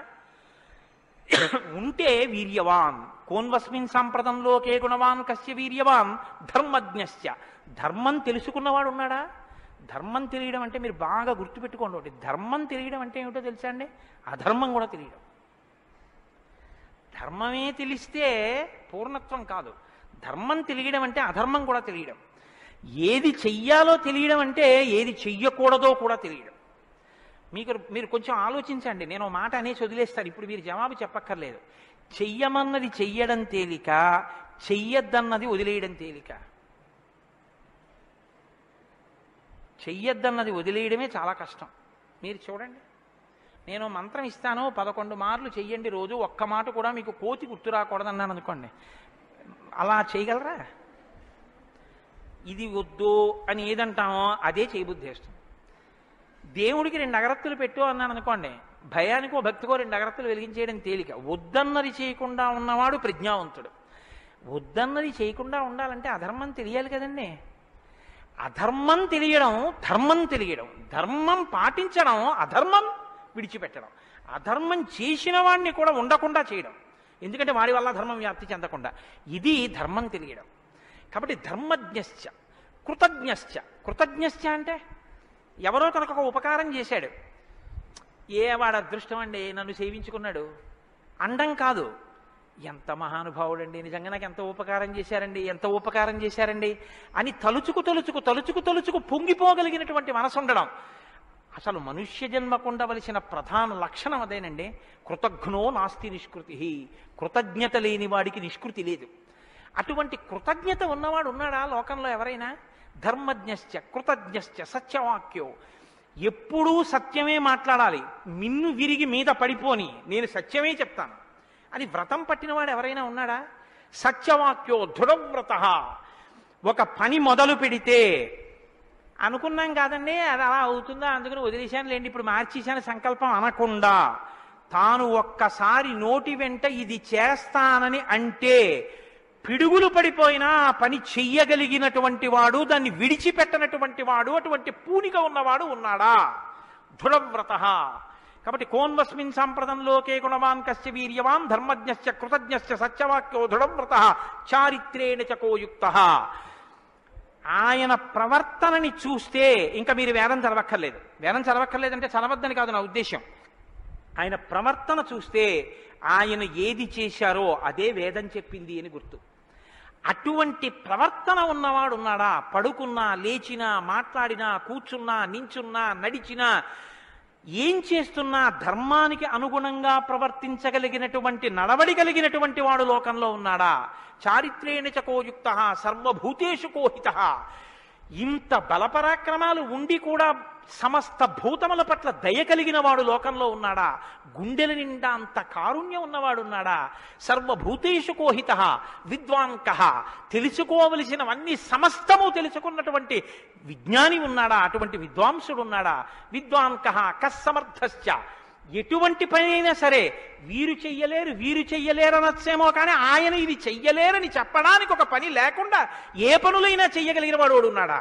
కస్సమర్థశ్చ కశ్చైక ప్రియదర్శన. ఎప్పుడు మీరు చూసినా చూడాలనిపించేట్టుగా ఉండేవాడు ఉన్నాడా? ఆయన యుద్ధం చేస్తుంటే వింటినారి లాగుతున్నాడు అందం, ఆయన అడవిలో నడుస్తున్నాడు అందం, ఆయన కిరీటం పెట్టుకున్నాడు అందం, ఆయన పాదపీఠం మీద పాదం పెట్టాడు అందం, ఆయన జిల్లేడు పాలు పోసుకుని జటాజూటం కట్టుకున్నాడు అందం, ఆయన ఏమీ లేదు నారచీర కట్టుకుని కోదండం పట్టుకున్నాడు అందం, ఆయనకి కోపం వచ్చి కన్నులు ఎర్రబారాయి అందం, ఆయన బాలరాముడిగా పిలక పెట్టుకుని వెడుతున్నాడు అందం, సీతమ్మతో మాట్లాడుతున్నాడు అందం, నిద్రపోతున్నాడు అందం. అసలు ఏది చూసినా అందం. అబ్బా ఇప్పుడు అంత బాగుంటాడండి, ఆ తర్వాత బాగుంటాడండి, కొంచెం అలంకారం చేసుకుంటాడు బాగుంటుంది అనడానికి ఏమైనా ఉంటుందా? ఎప్పుడు నువ్వు చూసినా అలాగే చూడాలనిపించేటట్టుగా ఉండేవాడు ఎవరైనా ఉన్నాడా? కశ్చైక ప్రియదర్శన. ఎంత పెద్ద మాట అండి. నిద్రపోతుంటే చూసావు, ఆహా నిద్రపోతుంటే చూడాలండి ఆయన సౌందర్యం. ఆ మాట ఎవరికన్నా ఉంటుందండి లోకంలో? ఏమన్నా ఆయన నిద్రపోతుంటే ఎంత బాగుంటాడండి అంటారా? ఏమన్నా ఆయన నిద్ర లేచి ఒళ్ళు విల్చుకుంటుంటే చూడాలండి ఆయన అందం ఎవరికైనా ఉందా? ఆయన యుద్ధం చేస్తుంటే చూడాలండి అందం ఎవరికైనా ఉంటుందా? ఎంతటి అందగాడు రామో. ఆయన పుంసాం మోహన రూపాయ పుణ్య శ్లోకాయ మంగళం. ఆడవాళ్లు మోహించడం కాదు, పురుషులు మోహించారు ఆయన్ని. అంతటి అందగాడు. కొన్ని కోట్ల మంది కంఠాలు కోసేశాడంతే రామావతారంలో. నెత్తుటిని ఏర్లు పారించాడు. అయినా అందం. ఈ భుజాలు అందం, గడ్డం అందం, చెక్కిళ్ళు అందం, ఆ ఆజానుబాహు వరవింద దళాయతాక్షం, ఆ కళ్ళందం, ఆ కనుబొమలందం, ఆ ముక్కందం, ఆ మూచందం, ఆ గడ్డం అందం, ఆ కంఠం అందం, అన్నీ అందం. అందమే రాముడు, రాముడే అందం, రాముడే అభిరాముడు. అటువంటి వాడు ఉన్నాడా? కశ్చైక ప్రియదర్శన ఆత్మవాంకో. గొప్ప ధైర్యవంతుడు ఉన్నాడా లోకంలో? ధైర్యవంతుడు అంటే మీరు బాగా జ్ఞాపకం పెట్టుకోండి, ధైర్యవంతుడు అన్న మాటకు అర్థం ఏంటో తెలుసా అండి? భయం లేనివాడు అని కాదు. ధైర్యము అన్న మాటకి ఇంకో అర్థం కూడా ఉంది. ధైర్యము అంటే తాను ఏ పని మీద బయలుదేరాడో ఆ పనికి అనుగుణమైనటువంటి సంభారములను మాత్రమే దగ్గరుంచుకుని ఆ పని మీద మాత్రమే దృష్టి పెట్టి ఆ పనిని పాడు చేసేటటువంటి ఏ ఇతర ఆకర్షణీయమైనటువంటి వ్యవహారమైనా త్రోసి రాజని విడిచిపెట్టగలిగినటువంటి పూనిక ఉన్నవాడు ఉన్నాడా? నేను ఏకపత్ని వ్రతం చేస్తానన్నాడు, భార్యని రావణాసురుడు ఎత్తుకుపోయాడు, చాలా మంది వచ్చి మీద పడ్డారు. మా నాన్నగారు దక్షిణ నాయకుడు, మా వంశంలో చాలా మంది దక్షిణ నాయకులు, మా ఆవిడ దగ్గర లేదు కదండి అని ఏమైనా పొరపాటు పడ్డాడా? తాను ఏది అన్నాడో రామో దీర్ణాభిభాషతే, 2 మాటలు నాకు రావమ్మా అన్నాడు అంతే. లోకంలో అవతార పరిసమాప్తి వరకు అంతే. అలా ఉండగలిగిన వాడు ఉన్నాడా? ఆత్మవాంకో జితక్రోధో, కోపాన్ని గెలిచిన వాడు ఉన్నాడా? కోపాన్ని గెలవడం ఏమిటండి? అది ఏమైనా ఎదురుగుండా వచ్చి నిలబడుతుందా క్రోధం? ఎలా గెలుస్తారు అంటే క్రోధం ఎక్కడి నుంచి వస్తుందో మూలస్థానాన్ని గుర్తెరగడం, వికార కారణాన్ని తెలుసుకోవడమే క్రోధాన్ని గెలవడం. అంటే మీరు చూడండి, నాకండి ఎంత కోపం వచ్చేసిందో అంటాడు. ఎంత కోపం వచ్చేసిందోకి ఎక్కడి నుంచి వచ్చింది? ఇక్కడి నుంచే రావాలి కోపం. ఇక్కడి నుంచి రావడానికి అనువైన అవకాశం, వాతావరణం నువ్వు ఇస్తే రావడానికి సిద్ధంగా ఉంటుంది. మంట పుట్టడానికి సిద్ధంగా ఉన్నట్టుంటుంది అది. నువ్వు అది పుడితే ఎంత వికారంగా ఉంటావో, నీ ముఖం ఎలా ఉంటుందో, ఎంత జేవురించుకుని ఉంటుందో, ఎలా అరుస్తావో, నీ చేతులు ఎలా ఉంటాయో ఓసారి ఆ టైంలో వీడియో తీసి చూసుకో ఎలా ఉంటుందో. అసహ్యం వేస్తుంది మన మీద. మనకి అదేంటంటే అలా ఉన్నాననిపిస్తుంది. ఇన్ని వికారములు ఇది వస్తే వస్తున్నాయని తెలుసుకుని అది రాకుండా తొక్కి పెట్టగలిగిన వాడు ఉన్నాడా? అలా ఉంటే జితక్రోధో, అలాంటి వాడు ఉన్నాడా లోకంలో? ఆత్మవాన్కో జితక్రోధో ద్యుతిమాన్కో, అపారమైనటువంటి కాంతి కలిగిన వాడు ఉన్నాడా? ద్యుతిమాన్కో ననసూయక, అసూయని గెలిచిన వాడు ఉన్నాడా? తనకన్నా గొప్పవాడు కనపడితే ఆహాహా మహాత్ములు ఎంత గొప్ప పరిశ్రమ చేశారో, ఇంత గొప్పవాడు అయ్యాడని నమస్కారం చేసి తెలుసుకోవాలి. తనకన్నా తక్కువవాడు కనపడితే ఈశ్వరానుగ్రహంతో ఈయన వృద్ధిలోకి రావాలనగలగాలి. కిందవాడిని చూసి అహంకరించకూడదు, పైవాడిని చూసి అసూయ పడకూడదు. ఈ 2 ఉన్నవాడు ఉన్నాడా? ద్యుతిమాన్కో ననసూయక కస్య బిభ్యతి దేవాశ్చ జాత రోషస్య సంయుగే. కోపం లేని వాడికి కోపం ఎలా వస్తుంది మరి? అంటే కోపం తెచ్చిపెట్టుకున్నట్టు నటిస్తాడంతే. ఎందుకు నటించాలి అంటే ఏదో పని చక్కబెట్టాలంటే కోపం వచ్చినట్టు ఒకసారి ఇలా అంటాడు. అనేటప్పటికి అమ్మ బాబు ఆయన కోపం వచ్చిందంటే హడిలిపోయి అందరూ జాగ్రత్తగా ఉంటారు. ఎవరికి కోపం వచ్చిందని అనిపిస్తే 33 కోట్ల మంది దేవతలు కూడా వణికిపోతారో అలా కోపాన్ని తెచ్చిపెట్టుకునేవాడే తప్ప అసలు కోపం రావడం అన్నది లేనివాడు లోకంలో ఉన్నాడా? అలాంటి వాడు ఎవడైనా ఉంటే ఎప్పుడో ఉన్నాడని చెప్పదు, ఇప్పుడు ఉన్నాడా? నేను చూడ్డానికి వీలుగా ఉన్నాడా? ఈ కాలంలో ఉన్నాడా? ఉంటే అటువంటి వాడి గురించి నాకు చెప్పు, నాకు వినాలని ఉందన్నాడు. ఇప్పుడు వస్తోంది రామాయణం. ఇప్పుడు చెప్పాలి. నారదుడు ఎవరో తెలుసా? ఆయన రాముడే. ఆయన ఇల్లాలే నీ దగ్గరుంది, ఆయన బిడ్డలే నీ దగ్గర ఉన్నారు. వాల్మీకి మహర్షి ఆయనే అయోధ్యాధిపతి, ఆయనే రామచంద్ర ప్రభువు అని చెప్తే వాల్మీకి పొంగిపోవాలి కదండి. రామాయణ ఆవిర్భావం జరుగుతోందన్నమాట. ఇవాళ రామాయణం పుడుతోంది. ఆ సన్నివేశంలో ఉన్నాం మనం. ఇప్పుడు ఈ మాటలు అడిగితే వాల్మీకి మహర్షి చాలా చమత్కారమైనటువంటి జవాబు ఒకటి చెప్పారు. ఆయన అన్నారు, బహవో దుర్లభాశ్చైవ ఏత్వయా కీర్తితా గుణాః మునే వక్షామ్యహం బుద్ధ్వా తైర్యుక్త శ్రూయతాన్నరః. చాలా క్లిష్టమైనటువంటి ప్రశ్న ఒకటి అడిగావు. సాధారణంగా లోకంలో మానవుల్లో నువ్వు అడిగినటువంటి 16 గుణములు ఒక వ్యక్తి యందు ప్రకాశించేటటువంటి వాడు ఉండడు. కాబట్టి ఇప్పుడు ఎవరై ఉండాలి? నరోత్తముడై ఉండాలి, సాక్షాత్ శ్రీ మహావిష్ణువై ఉండాలి. అటువంటి వాడే కాని నరుడిగానే ఉన్నాడు ఇప్పుడు. ఆయన విష్ణు అంటే ఆయనే అంగీకరించాడు. ఆయన నేను నరుణ్ణి అంటాడు, నేను దాశరథిని అంటాడు, నేను దశరథ మహారాజు కొడుకునయ్యా అంటాడు. నరుడిగా ఈ లోకంలో తిరుగుతున్నవాడు ఉన్నాడు. అటువంటి వాడి గురించి చెప్తాను, జాగ్రత్తగా వినన్నాడు. ఇది సంక్షేప రామాయణం. 100 శ్లోకాలతో ఇక్కడ ప్రతిరోజు సంక్షేప రామాయణం జరుగుతోంది అని అన్నారే. సంక్షేప రామాయణాన్ని పెద్దలు సంప్రదాయంలో ఏమని పిలుస్తారో తెలుసా అండి? మాలామంత్రము అని పిలుస్తారు. ఎందుకంటే శారదా తిలకము అని మంత్రాల గురించి చెప్పేటటువంటిది, బీజాక్షరాల గురించి చెప్పే విషయం ఒకటి ఉంది. అందులో 10 అక్షరాలు మంత్రంలో దాటిపోతే దాన్ని మాలామంత్రములని పిలుస్తారు. 100 శ్లోకములతో ఉన్న సంక్షేప రామాయణం మాలా మంత్రం. అందుకే సంక్షేప రామాయణాన్ని పారాయణ చేస్తే అది రక్షణ చేస్తుంది. మన్నాత్ త్రాయితే ఇది మంత్ర. దాన్ని మననం చేస్తే అది కాపాడుతుంది. సంక్షేప రామాయణం కూడా అలా కాపాడుతుంది. సద్గురువైనటువంటి నారద మహర్షి నోటిలోంచి పుట్టింది సంక్షేప రామాయణం. మహానుభావుడు నేను చెప్తున్నానయ్యా విను అని చెప్తున్నాడు. ఇక్ష్వాకువంశ ప్రభవో రామో నామ జనైశ్రుత నియతాత్మా మహావీర్యో ద్యుతిమాన్ ధృతిమాన్ వసీ. ఇక్ష్వాకువంశ ప్రభవో, ఇక్ష్వాకు వంశంలో పుట్టినవాడు ఉన్నాడయ్యా అన్నారు. మీరు ఈ మాట వినాలి. మొట్టమొదట ఎవరైనా రాముడు అని చెప్పలేదు. ఎవరని చెప్పాడు? ఇక్ష్వాకు వంశంలో పుట్టినవాడు ఉన్నాడు అన్నారు. ఒక వంశం తరించిపోతుంది, ఒక వంశం పేరు శాశ్వతత్వాన్ని పొందుతుంది. అది మొదట ఇక్ష్వాకు వంశం, తర్వాతది రఘువంశం. రఘువు పుట్టిన తర్వాత దాన్ని రఘువంశం అన్నారు. వంశం మారిపోలేదు, కానీ వంశం పేరు రఘువంశం అయిపోయింది. ఎలా అయిపోయింది అంటే రఘువు గొప్పతనం అటువంటిది, ఆయన పేరుతో వంశాన్ని పిలిచారు. ఆ వంశంలో పుట్టాడు రామచంద్రమూర్తి. అంత గొప్ప వంశంలో పుట్టాడయా. ఇప్పుడు వంశానికి గొప్పతనం ఎక్కడి నుంచి వచ్చింది? పుట్టి అలా ప్రవర్తించగలిగిన వాళ్ళ వల్ల వస్తోంది. ఇక్ష్వాకు వంశ ప్రభవో రామో నామ జనైశ్రుత. ఆయనని జనులందరూ రాముడు అని పిలుస్తూ ఉంటారు. రామో నామ జనైశ్రుత ఎందుకని? రమయతీతి రామ, ఆయన అందరినీ ఆనందింపచేస్తాడు. రమంతే అస్మిన్ ఇతి రామ, ఆయన యందు యోగులు రమిస్తారు. యోగులు రమించడం అంటే బాహ్యంలో తిరిగేటటువంటి మనస్సుని బుద్ధిని నిగ్రహించి వెనక్కి తిప్పి ఆత్మలోకి దింపి తాను ఒకటిగా నిలబడిపోయి పొందేటటువంటి ఆనందమేదో అది సాకారమును పొందితే రాముడు. కాబట్టి యోగులు రమించేటటువంటి స్వరూపమేదో దానికి రామ అని పేరు. కాబట్టి రామో నామ జనైశ్రుత నియతాత్మా మహావీర్యో ద్యుతిమాన్ ధృతిమాన్ వసీ. నువ్వు చెప్పినటువంటి గుణములన్నీ ఉన్నవాడు, దానితో పాటుగా వసీ ఇంద్రియములను నిగ్రహించినటువంటి వాడు. ఇంద్రియాల్ని నిగ్రహించడం అన్న మాట మీరు రామాయణంలో చాలా జాగ్రత్తగా గమనించి తెలుసుకోవలసింది. ఇంద్రియాల్ని నిగ్రహించడం అంటే ఏమిటో తెలుసా అండి?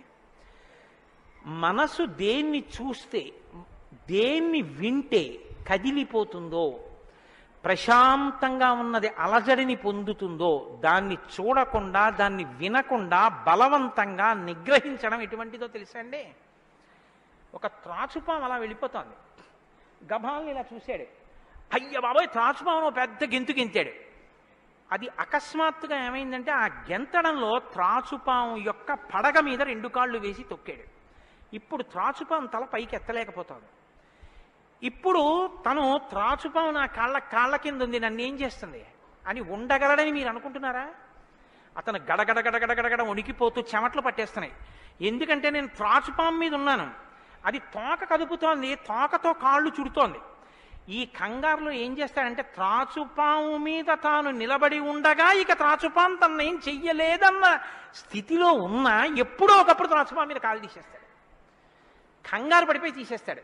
ఎప్పుడో అప్పుడు కాలు తీయడం కోసమే పాము చూస్తుంటుంది, కాటు వేసేసి పుట్టలో వెళ్ళిపోతుంది, లేకపోతే ఎక్కడికో అక్కడికి వెళ్ళిపోతుంది. రావణుడు చేసే తపస్సు, రావణుని యొక్క ఇంద్రియ నిగ్రహం అటువంటివి. బలవంతంగా అణిచి పెడతాడు. అవకాశం రాగానే అది ఒక్కసారి జడలు విప్పి ప్రళయతాండవం చేసి రావణుణ్ణి పడగొడుతుంది. మండోదరి చెప్పింది ఈ మాట, నా సొంతం కాదు. రాముడు అలా కాదు, విచారణ చేసి ఉంటాడు. అర్థమనర్థం భావయ నిత్యం అంటారు శంకరాచార్యుల వారు. నారీస్తన భరణాభీదేశం దృష్ట్యా మాగా మోహావేశం ఏతత్ మాంసవసాది వికారం మనసి విచింత్య వారం వారం అంటారు. మనసు దేని చేత కదిలిపోతోందో దాని యథార్థ స్వరూపాన్ని బాగా విచారణ చేస్తారు. విచారణ చేసి ఈ పాటి దానికా నా ఒంట్లో ఉన్నటువంటి శక్తి అంతటినీ ఖర్చు చేసేస్తున్నాను అని మనసుని మరల్చే ప్రయత్నం చేసి ఆ వస్తువు తన కళ్ళ ముందు కనపడినా ఇంకా ఆయన మనసు చెక్కు చెదరదు, ఆ స్థితిని పొందుతాడు. ఇది శంకరాచార్యులు వారు నేర్పుతారు లోకానికి. గురువు చెప్పే మాట అంటే అలా ఉంటుంది. ఆయన ఎంత చమత్కారంగా అన్నారో చూడండి. నారీస్తన భరణాభీదేశం దృష్ట్యా మోహావేశం. ఎందుకంత వెర్రెక్కిపోతున్నావు? యవ్వనం ఒంట్లో ఉండి ఓపికన్న కాలంలో నీ శరీరం కన్నా స్త్రీ శరీరంలో 2 వికారాలు ఉన్నాయి. శరీరపు ఊర్ధ్వభాగంలో 2 చోట్ల మాంసపు ముద్దలు పైకి పొటమరించాయి. శరీర అధోభాగంలో మాంసము కొంత లోపలికి వెళ్ళి ఉంది. ఈ 2 వికారాల కోసం నీ శరీరంలో ఉన్న సమస్త శక్తిని నశింప చేసుకున్నావు. ఇదా నీకు నరజన్మ ప్రయోజనం? మనసి విచింతియ వారం వారం, దీన్ని బాగా ఆలోచించు అన్నది. ఇది పట్టుకుందనుకోండి కంటిని మనసుని కంటితో చూడడం వల్ల కదపగలిగిన మనసుకి ఇప్పుడు ఆ వస్తువు కనపడినా ఇక మనసు కదలదు. ఇది ఇంద్రియ నిగ్రహం అంటారు. ఇంద్రియాలని జయించడం అంటే అది. ఇది రాముడు. అందుకే ధృతిమాన్ వసీ, అపారమైన శక్తితో ఉంటాడు, సంకల్ప శక్తితో ఉంటాడు, ఇంద్రియములను జయించిన వాడై ఉంటాడు. బుద్ధిమాన్ నీతిమాన్ వాగ్మి శ్రీమాన్ శత్రునిబర్హణ విపులాంసో మహాబాహు కంబుగ్రీవో మహాహను. నిజంగా శ్రీరామాయణాన్ని ప్రతి శ్లోకం ప్రతి మాట వ్యాఖ్యానం చేస్తే 42 రోజులు ఏమిటండి? నేను రిటైర్ అయిపోయే వరకు చెప్పినా శ్రీరామాయణం అయ్యేదేం కాదు. కానీ ఏదో 42 రోజుల్లో పూర్తి చేశాను అనిపించుకోవడం అంతే. కాబట్టి బుద్ధిమాన్ నీతిమాన్ వాగ్మి, అన్ని విద్యలు తెలుసున్నవాడు, శ్రీమాన్ ఐశ్వర్యం ఉన్నవాడు, శత్రు నిబర్హణ శత్రువులను నిగ్రహించగలిగినవాడు, విపులాంసో ఎత్తైన మూపున్నవాడు, మహాబాహు బలిశిర బాహువులున్నవాడు, కంబుగ్రీవో శంఖం వంటి కంఠం ఉన్నవాడు, మహాహను చెక్కిళ్ల పైభాగం చాలా ఉన్నతంగా ఉన్నటువంటి వాడు. అటువంటి మహానుభావుడు ఈ లోకంలోనే ఉన్నాడు. ప్రజాపతి సమశ్రీమాం ధాతా రిపురిషూదన రక్షితా జీవలోకస్య ధర్మస్య పరిరక్షిత రక్షితా స్వస్య ధర్మస్య స్వజనస్య చ రక్షిత వేదాంగతత్వజ్ఞో ధనుర్వేదే చ నిష్ఠితః. ఎంత గొప్పగా మాట్లాడారండి నారద మహర్షి. నిజంగా ప్రజాపతి సమశ్రీమాన్, ఈ ప్రపంచాన్నంతటినీ పోషించగలిగినటువంటి వాడు, సాక్షాత్ శ్రీ మహావిష్ణువు. ధాతా రిపునిషూదన శత్రువులను నిగ్రహించగలిగిన వాడు, రక్షితా జీవలోకస్య ఈ లోకాలన్నింటినీ రక్షించగలిగిన వాడు, ధర్మస్య పరిరక్షిత ధర్మాన్ని రక్షించేటటువంటి వాడు. ధర్మాన్ని రక్షిస్తాడు కాబట్టి అధర్మాన్ని నిగ్రహిస్తాడు కూడా. ధర్మస్య పరిరక్షిత రక్షిత స్వస్య ధర్మస్య, తన ధర్మాన్ని తాను రక్షించుకుంటాడు. రక్షితా స్వస్య ధర్మస్య స్వజనస్య చ రక్షిత, అందరినీ రక్షిస్తే మరి స్వజనులు ఎవరు అంటే ఆయననే నమ్ముకుని ఉన్న వాళ్ళెవరో ఆ వారి రక్షణ యందు మరింత అప్రమత్తంగా ఉండేటటువంటి స్వరూపం ఉన్నటువంటి వాడు. అటువంటి వాడు సచ సర్వగుణోపేత కౌసల్యానందవర్ధన సముద్రయివ గాంభీర్యే ధైర్యేణ హిమవానివా. ఇందులోంచేనండి వాల్మీకి మహర్షి చెప్పిన శ్లోకాల్లోంచే తర్వాత ఉపమానాలన్నీ వచ్చాయి. ఇప్పటికీ మనం చూడండి, ఆయన మేరునగ ధీరుడండి అంటాం. ఆయన్ని పోల్చి చెప్పేటప్పుడు హిమవత్ పర్వతము వంటి వాడు, సముద్రము వంటి గాంభీర్యం ఉన్నవాడు అని చెప్పారు నారద మహర్షి. సముద్రం చూడండి ఎంత గంభీరంగా ఉంటుందో. సముద్రం కడుపులో ముత్యాలు, రత్నాలు, వజ్రాలు ఇన్నుంటాయి. ఇన్ని ఉన్నా కప్పి ఉంచుతుంది. సముద్రంలో బడబాగ్ని ఉంటుంది, కానీ తాను మాత్రం చల్లగా ఉంటుంది. సముద్రం ఒడ్డుకొస్తుంది, వచ్చి మీ కాళ్ళు తాను కడుగుతుంది. చేతకానిది ఎదురొచ్చి మీ కాళ్ళు కడిగిందని మీరు ధూర్తతనంతో లోపలికెడితే మిమ్మల్ని తనలో కలుపుకుంటుంది. ఎదురొచ్చి మీ దగ్గరికి వస్తోంది కదా అని మీ కాలి చెప్పు తీసి అందులో వేస్తే తీసుకొచ్చి అవతల బారేస్తుంది ఒడ్డున. ఇది సముద్రం యొక్క గాంభీర్యం. తాను ఉప్పు కయ్యగా ఉంటుంది, పర్వదిన స్నానానికి పనికొస్తుంది. ఇన్నిటిని కప్పిపుచ్చి నిలబడగలిగినటువంటి స్వరూపం సముద్రం. కడుపులో బడబాగ్ని ఉన్న, సీతాపహరణమే జరిగిన, తండ్రే మరణించిన, రాజ్యమే పోయిన, అరణ్యంలో తిరిగిన, జుట్టు తీసేసిన, జిల్లేడు పాలు పోసుకుని ఆఖరికి ఆ జటలు కట్టుకున్న, నారచీర కట్టుకున్న, పాదాలకి చెప్పులే లేకపోయినా, అగ్నిహోత్రాన్ని చంకన తగిలించుకున్న, అడవిలో మృగాన్ని బాణం పెట్టి కొట్టి చర్మం ఒలిచి మాంసం తీసి తెచ్చి సీతమ్మ వండితే తప్ప తినలేని స్థితిలో రాజారాముడైనటువంటి వాడు బ్రతకవలసి వచ్చిన, తెల్లవారుజామున 4 గంటల సమయంలో దాహమేస్తున్న ఏనుగు నదిలో తొండం పెట్టి నీళ్లు తాగడానికి కూడా భయపడినంత చలికాలంలో కూడా వెళ్ళి స్నానం చెయ్యగలిగిన మొనగాడు. ఇన్ని కష్టాలు కడుపులో పెట్టుకుని కూడా పైకి చెక్కు చెదరకుండా ఉండగలిగినటువంటి గంభీరమూర్తి ఆయన యా రాముడంటే అన్నాడు నారదుడు. కాబట్టి సముద్రయివ గాంభీర్యే ధైర్యేణ హిమవానివా, ధైర్యంలో హిమవత్ పర్వతం వంటివాడు. పర్వతాన్ని చూడండి, వర్షధారల చేత కొట్టబడుతుంది, పిడుగులు పడిపోతాయి. ఆ పర్వతం మీదే చెట్లు పెరుగుతాయి, ఆ పర్వతం మీదే సింహాలు తిరుగుతాయి, పులులు తిరుగుతాయి. ఆ సముద్రానికి కన్నాలు పెట్టి పావులు పడుకుంటాయి. చిట్టెలుకలు కన్నాలు చేసి ఆ పర్వత పాదాల మీద తిరుగుతూ ఉంటాయి. ఎలుక కన్నం పెట్టి తనలో దూరిందని బెంగపెట్టుకోదు, ఒక ధూర్తుడు కాళ్లతో పైకెక్కాడని బెంగపెట్టుకోదు, వర్షధారలు కొట్టాయని కదలదు, పిడుగులు పడ్డాయని చెక్కు చెదరదు, పులులు సింహాలు తిరుగుతున్నాయని బెంగపెట్టుకోదు, మహాత్ములు తన మీద నడుస్తున్నారని పొంగిపోదు, తన మీద ఈశ్వరుడి దేవాలయం కట్టారని పరవశించిపోదు, తాను అలాగే నిలబడి ఉంటుంది. చెక్కు చెదరక నిలబడగలిగినటువంటి పర్వతం ఎటువంటిదో రాముడు అటువంటి వాడు. ఇది నారదుడు ఒక నరుడిగా ఆయనకున్న లక్షణాలు చెప్తున్నాడు. ఇవి నీవు సంతరించుకో కొన్నైనా, ప్రతిదానికి విచలితుడవైపోవడం కాదు, ప్రతి చిన్నదానికి కదిలిపోవడం కాదు, ధైర్యంగా నిలబడగలగాలి. నాకు కాకపోతే ఎవరికి వస్తాయి? వస్తాయి కష్ట సుఖాలు అనేటటువంటివి చేసుకున్న కర్మను అనుసరించి అని నిలబడగలిగినటువంటి స్థితి రామాయణం ఇస్తుంది. విష్ణునా సదృశో వీర్యే సోమవత్ ప్రియదర్శన కాలాగ్ని సదృశ క్రోధే క్షమయా పృథివీ సమః. ఏమి శ్లోకాలు వాడారండి సంక్షేప రామాయణంలో మహానుభావుడు. విష్ణునా సదృశో వీర్యే, ఆయనతో పోల్చడానికి విష్ణు ఒక్కడే ఉన్నారు. ఎందుకంటే ఇంకా ఆయనతో పోల్చడానికి అటువంటి వాడు ఇంకొకడెవరుంటారు? విష్ణువుని విష్ణువుతోనే పోల్చాలి. కాబట్టి విష్ణువుతో సమానమైన వాడు. సోమవత్ ప్రియదర్శన, బాణం పట్టుకుని ఎదురుగుండా ఉన్న వాళ్ళ లక్షల మంది కంఠాలు తెగ కోసినా సరే భక్తులైన వారికి మాత్రం ఆ స్వరూపాన్ని దర్శనం చేస్తుంటే ఎంత సంతోషంగా ఉంటుందో. కాబట్టి సోమవత్ ప్రియదర్శన. లోకంలో మూడిటిని ఎంత చూసినా చూడబుద్ధే వేస్తుంది. ఎంత చూడండి చూడబుద్ధేస్తుంది. అందుకే పార్వతీదేవి వినాయకుడికి ఏనుగు ముఖం పెట్టించింది. పసిపిల్లలకి కూడా సంతోషం కల్పించేవి మూడు ఏమిటో తెలుసా అండి? గజముఖం, చంద్రబింబం, సముద్రం. మీరు సముద్రపు తోటికి వెళ్ళి ఎంతసేపు కూర్చోండి, ఎంతసేపు చూస్తున్నా సముద్రాన్ని అలా చూడాలనే అనిపిస్తుంది.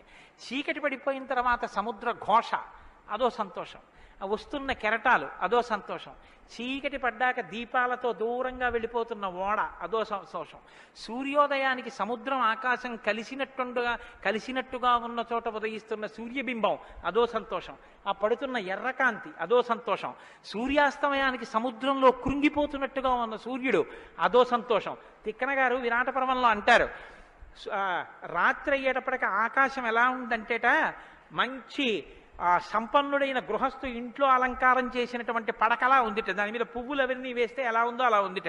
సూర్యోదయానికి ఉన్నటువంటి ఆకాశం ఎలా ఉందంటేట, తెల్లవారిన తర్వాత 10 మంది చూస్తే దృష్టిదోషం కలుగుతుందని ఆ ఇంటి ఇల్లాలు దుప్పటి మీద ఉన్న పువ్వులు అవే అన్నీ పోయేటట్టు ఒక్కసారి 2 చేతులతో ఇలా దులిపేస్తే అన్నీ పోయిన తర్వాత దుప్పటి ఎలా ఉందో ఆకాశం ఎలా ఉంది తెల్లారాకంటారు.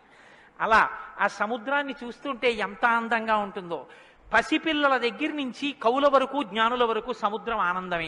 పసిపిల్లాడికి ఏం తెలిసనే ఆనందం, వృద్ధుడికి ఏం తెలిసనే ఆనందం. అందరూ సముద్రపు వెళ్ళి ఆనందం పొందుతారు.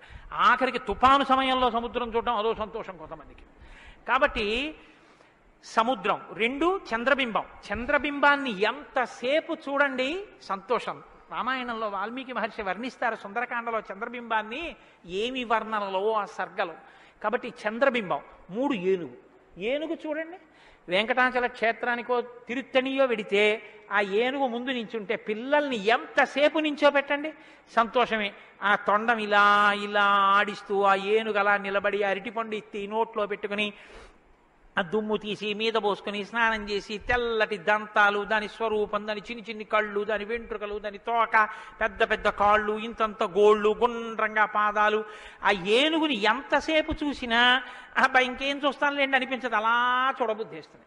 అలా చూడబుద్ధి వేస్తుంది. కాబట్టి ధ్యానం చేసేటప్పుడు ముందు గణపతి యొక్క ముఖాన్ని తదేకంగా చూస్తే ఆ ధ్యాన నిష్ట చేత విఘ్నములు తొలగిపోతాయి. కాబట్టి పరమేశ్వరుడు అందరూ తొందరగా దృష్టి పెట్టి చూడడానికి వైముఖ్యం కలగనటువంటి ముఖాన్ని నా కొడుక్కి పెడితే అందరికీ ఉపకారం జరుగుతుందని ఏనుగు తలకాయ తీసుకొచ్చి వినాయకుడికి పెట్టాడు. అది కారణం. వినాయకుడికి ఏనుగు తలకాయ ఉండడానికి కారణాల్లో అదొకటి.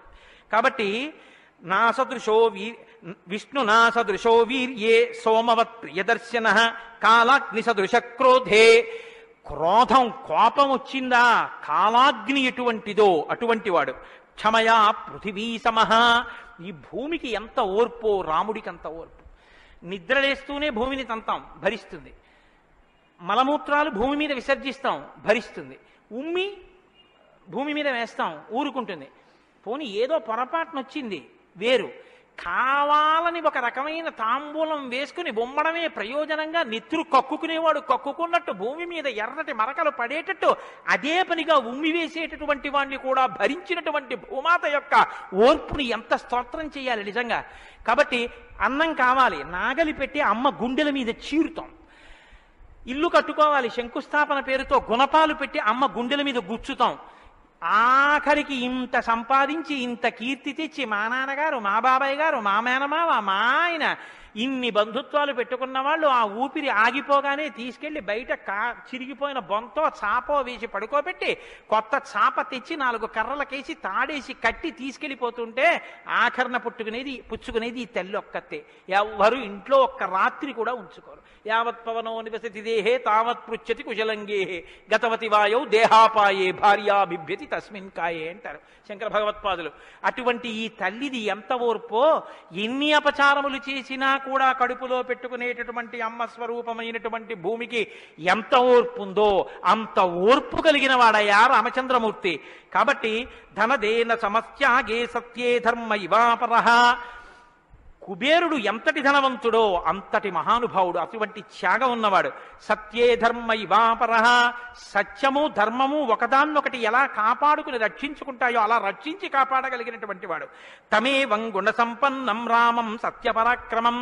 ఇన్ని గుణములు కలిగినటువంటి రామచంద్రమూర్తి సాక్షాత్తుగా సత్యపరాక్రముడైనటువంటి వ్యక్తి. ఆయన పరాక్రమం సత్యమే పరాక్రమముగా కలిగినటువంటి వాడు.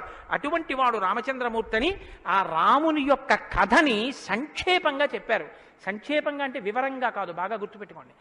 వివరంగా చెప్పలేదు, కేవలం ఏదో విహంగ వీక్షణం అంటారు చూసారా, ఒక్కసారి స్థాళీపులాక న్యాయంగా ఒకసారి అలా చెప్పేశారు. అది ఎంత తేలిగ్గా చెప్పేశారంటే సజగామ వనం వీర ప్రతిజ్ఞామనుపాలయన్ పితుర్వచన నిర్దేశాత్ కైకయ్యా ప్రియకారణాత్ అంటూ.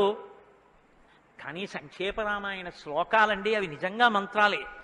దశరథ మహారాజు గారు లేక లేక లేక లేక సంతానం కలగలేదని బెంగపెట్టుకుని అశ్వమేధయాగం చేసి తత్పాపాన్ని పోగొట్టుకుని పుత్రకామేష్టి చేస్తే యజ్ఞపురుషుడు ఆవిర్భవించి ప్రసాదాన్నిస్తే ఆ పాయసాన్ని అనురూపలైనటువంటి తన భార్యలు స్వీకరిస్తే పెద్ద భార్య అయినటువంటి కౌసల్యాదేవి యొక్క గర్భాన్ని జనించినటువంటి సాక్షాత్తు విష్ణుస్వరూపుడైన ధర్మాత్ముడైన రామచంద్రమూర్తి పినతల్లి అయిన కైకమ్మ 14 సంవత్సరములు అరణ్యవాసం చేసి రాజ్యాభిషేకాన్ని విడిచిపెట్టుకోవాలి రామచంద్రమూర్తిని 2 వరములు రాత్రికి రాత్రి దశరథ మహారాజు గారిని అడ్డుపెట్టి నిగ్రహిస్తే తండ్రిని సత్యవాక్యమునందు నిలబెట్టడం కోసమని రామచంద్రమూర్తి రాజ్యాన్ని పరిత్యజించి నారవస్త్రాలు కట్టుకుని చెప్పులు కూడా విడిచిపెట్టి మహానుభావుడు అరణ్యానికి బయలుదేరి వెళ్ళిపోతున్నారు.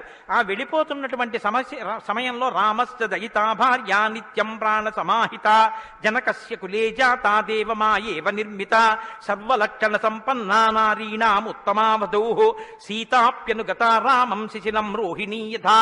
సాక్షాత్తుగా దేవమాయయే లోకంలో ఉన్న సౌందర్యమంతా రాశీభూతమై ఒక స్త్రీ రూపంలో వచ్చిందా అన్నంతగా కనపడేటటువంటి సీతమ్మ తల్లి, జనక మహారాజు గారి యొక్క పుత్రి, అయోనిజ అయినటువంటి తల్లి, స్త్రీలలో ఉత్తమమైనటువంటి రత్నంగా చెప్పబడినటువంటి తల్లి, సర్వలక్షణ సంపన్న అయినటువంటి సీతమ్మ చంద్రుణ్ణి రోహిణి ఎలా అనుసరిస్తుందో అలా కష్టసుఖాల్లో నీతో కలిసి ఉంటాను తప్ప నేను అంతఃపురంలో ఉండను అని చెప్పి రామచంద్రమూర్తితో కలిసి అరణ్యవాసానికి బయలుదేరింది.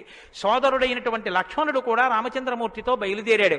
ముగ్గురు అరణ్యవాసం చేస్తున్నటువంటి సమయంలో చిత్రకూట పర్వతం మీద ఉండగా తనకి రాజ్యం కావాలని భరతుడు కోరకపోయినా తల్లి వరం చేత రాజ్యాన్ని పొందడానికి అర్హుడైన భరతుడు మేనమామ గారి ఇంటి నుంచి తిరిగి వచ్చేసరికి దశరథ మహారాజు గారు ప్రాణాలు విడిచిపెడితే నాకు ఈ రాజ్యం వద్దని భరతుడు శత్రుఘ్నుడితో వశిష్ఠుడితో తల్లులతో కలిసి చిత్రకూట పర్వతం దగ్గరికి వెళ్ళి అన్నా రామా నాకొద్దు, ఈ రాజ్యం నువ్వే తీసేసుకోమని ఎంత నిగ్రహించినా ధర్మాత్ముడు సత్యవాక్య పరిపాలకుడైనటువంటి రామచంద్రమూర్తి నా తండ్రిని సత్యంలో నిలబెట్టడం కోసం నేను ఈ వనవాసానికి వచ్చాను తప్ప నాకు ఈ రాజ్యం అక్కర్లేదని స్వీకరించడం మానేసి తన పాదుకలను తీసుకెళ్లి భరతుడికి ఇస్తే భరతుడు పాదుకలను పట్టుకుని నందిగ్రామానికి వచ్చి సింహాసనం మీద పెట్టి రాజ్యం చేస్తుంటే మహానుభావుడు చిత్రకూట పర్వతం మీదే ఉన్నట్టయితే వచ్చినటువంటి తల్లులు సోదరులైనటువంటి భరత శత్రుఘ్నులు జ్ఞాపకానికి వస్తారని చిత్రకూటాన్ని విడిచిపెట్టి దండకారణ్యంలో ప్రవేశించి ఉన్నటువంటి సమయంలో అక్కడ ఉన్నటువంటి రాక్షసులలో ఒకటి అయినటువంటి శూర్పణక వచ్చి రామచంద్రమూర్తి యొక్క తమ్ముడైన లక్ష్మణుడు లేదా సంక్షేప రామాయణం ప్రకారం రాముడంటే లక్ష్మణుడు చేసిన పని రాముడు చేసినట్టే.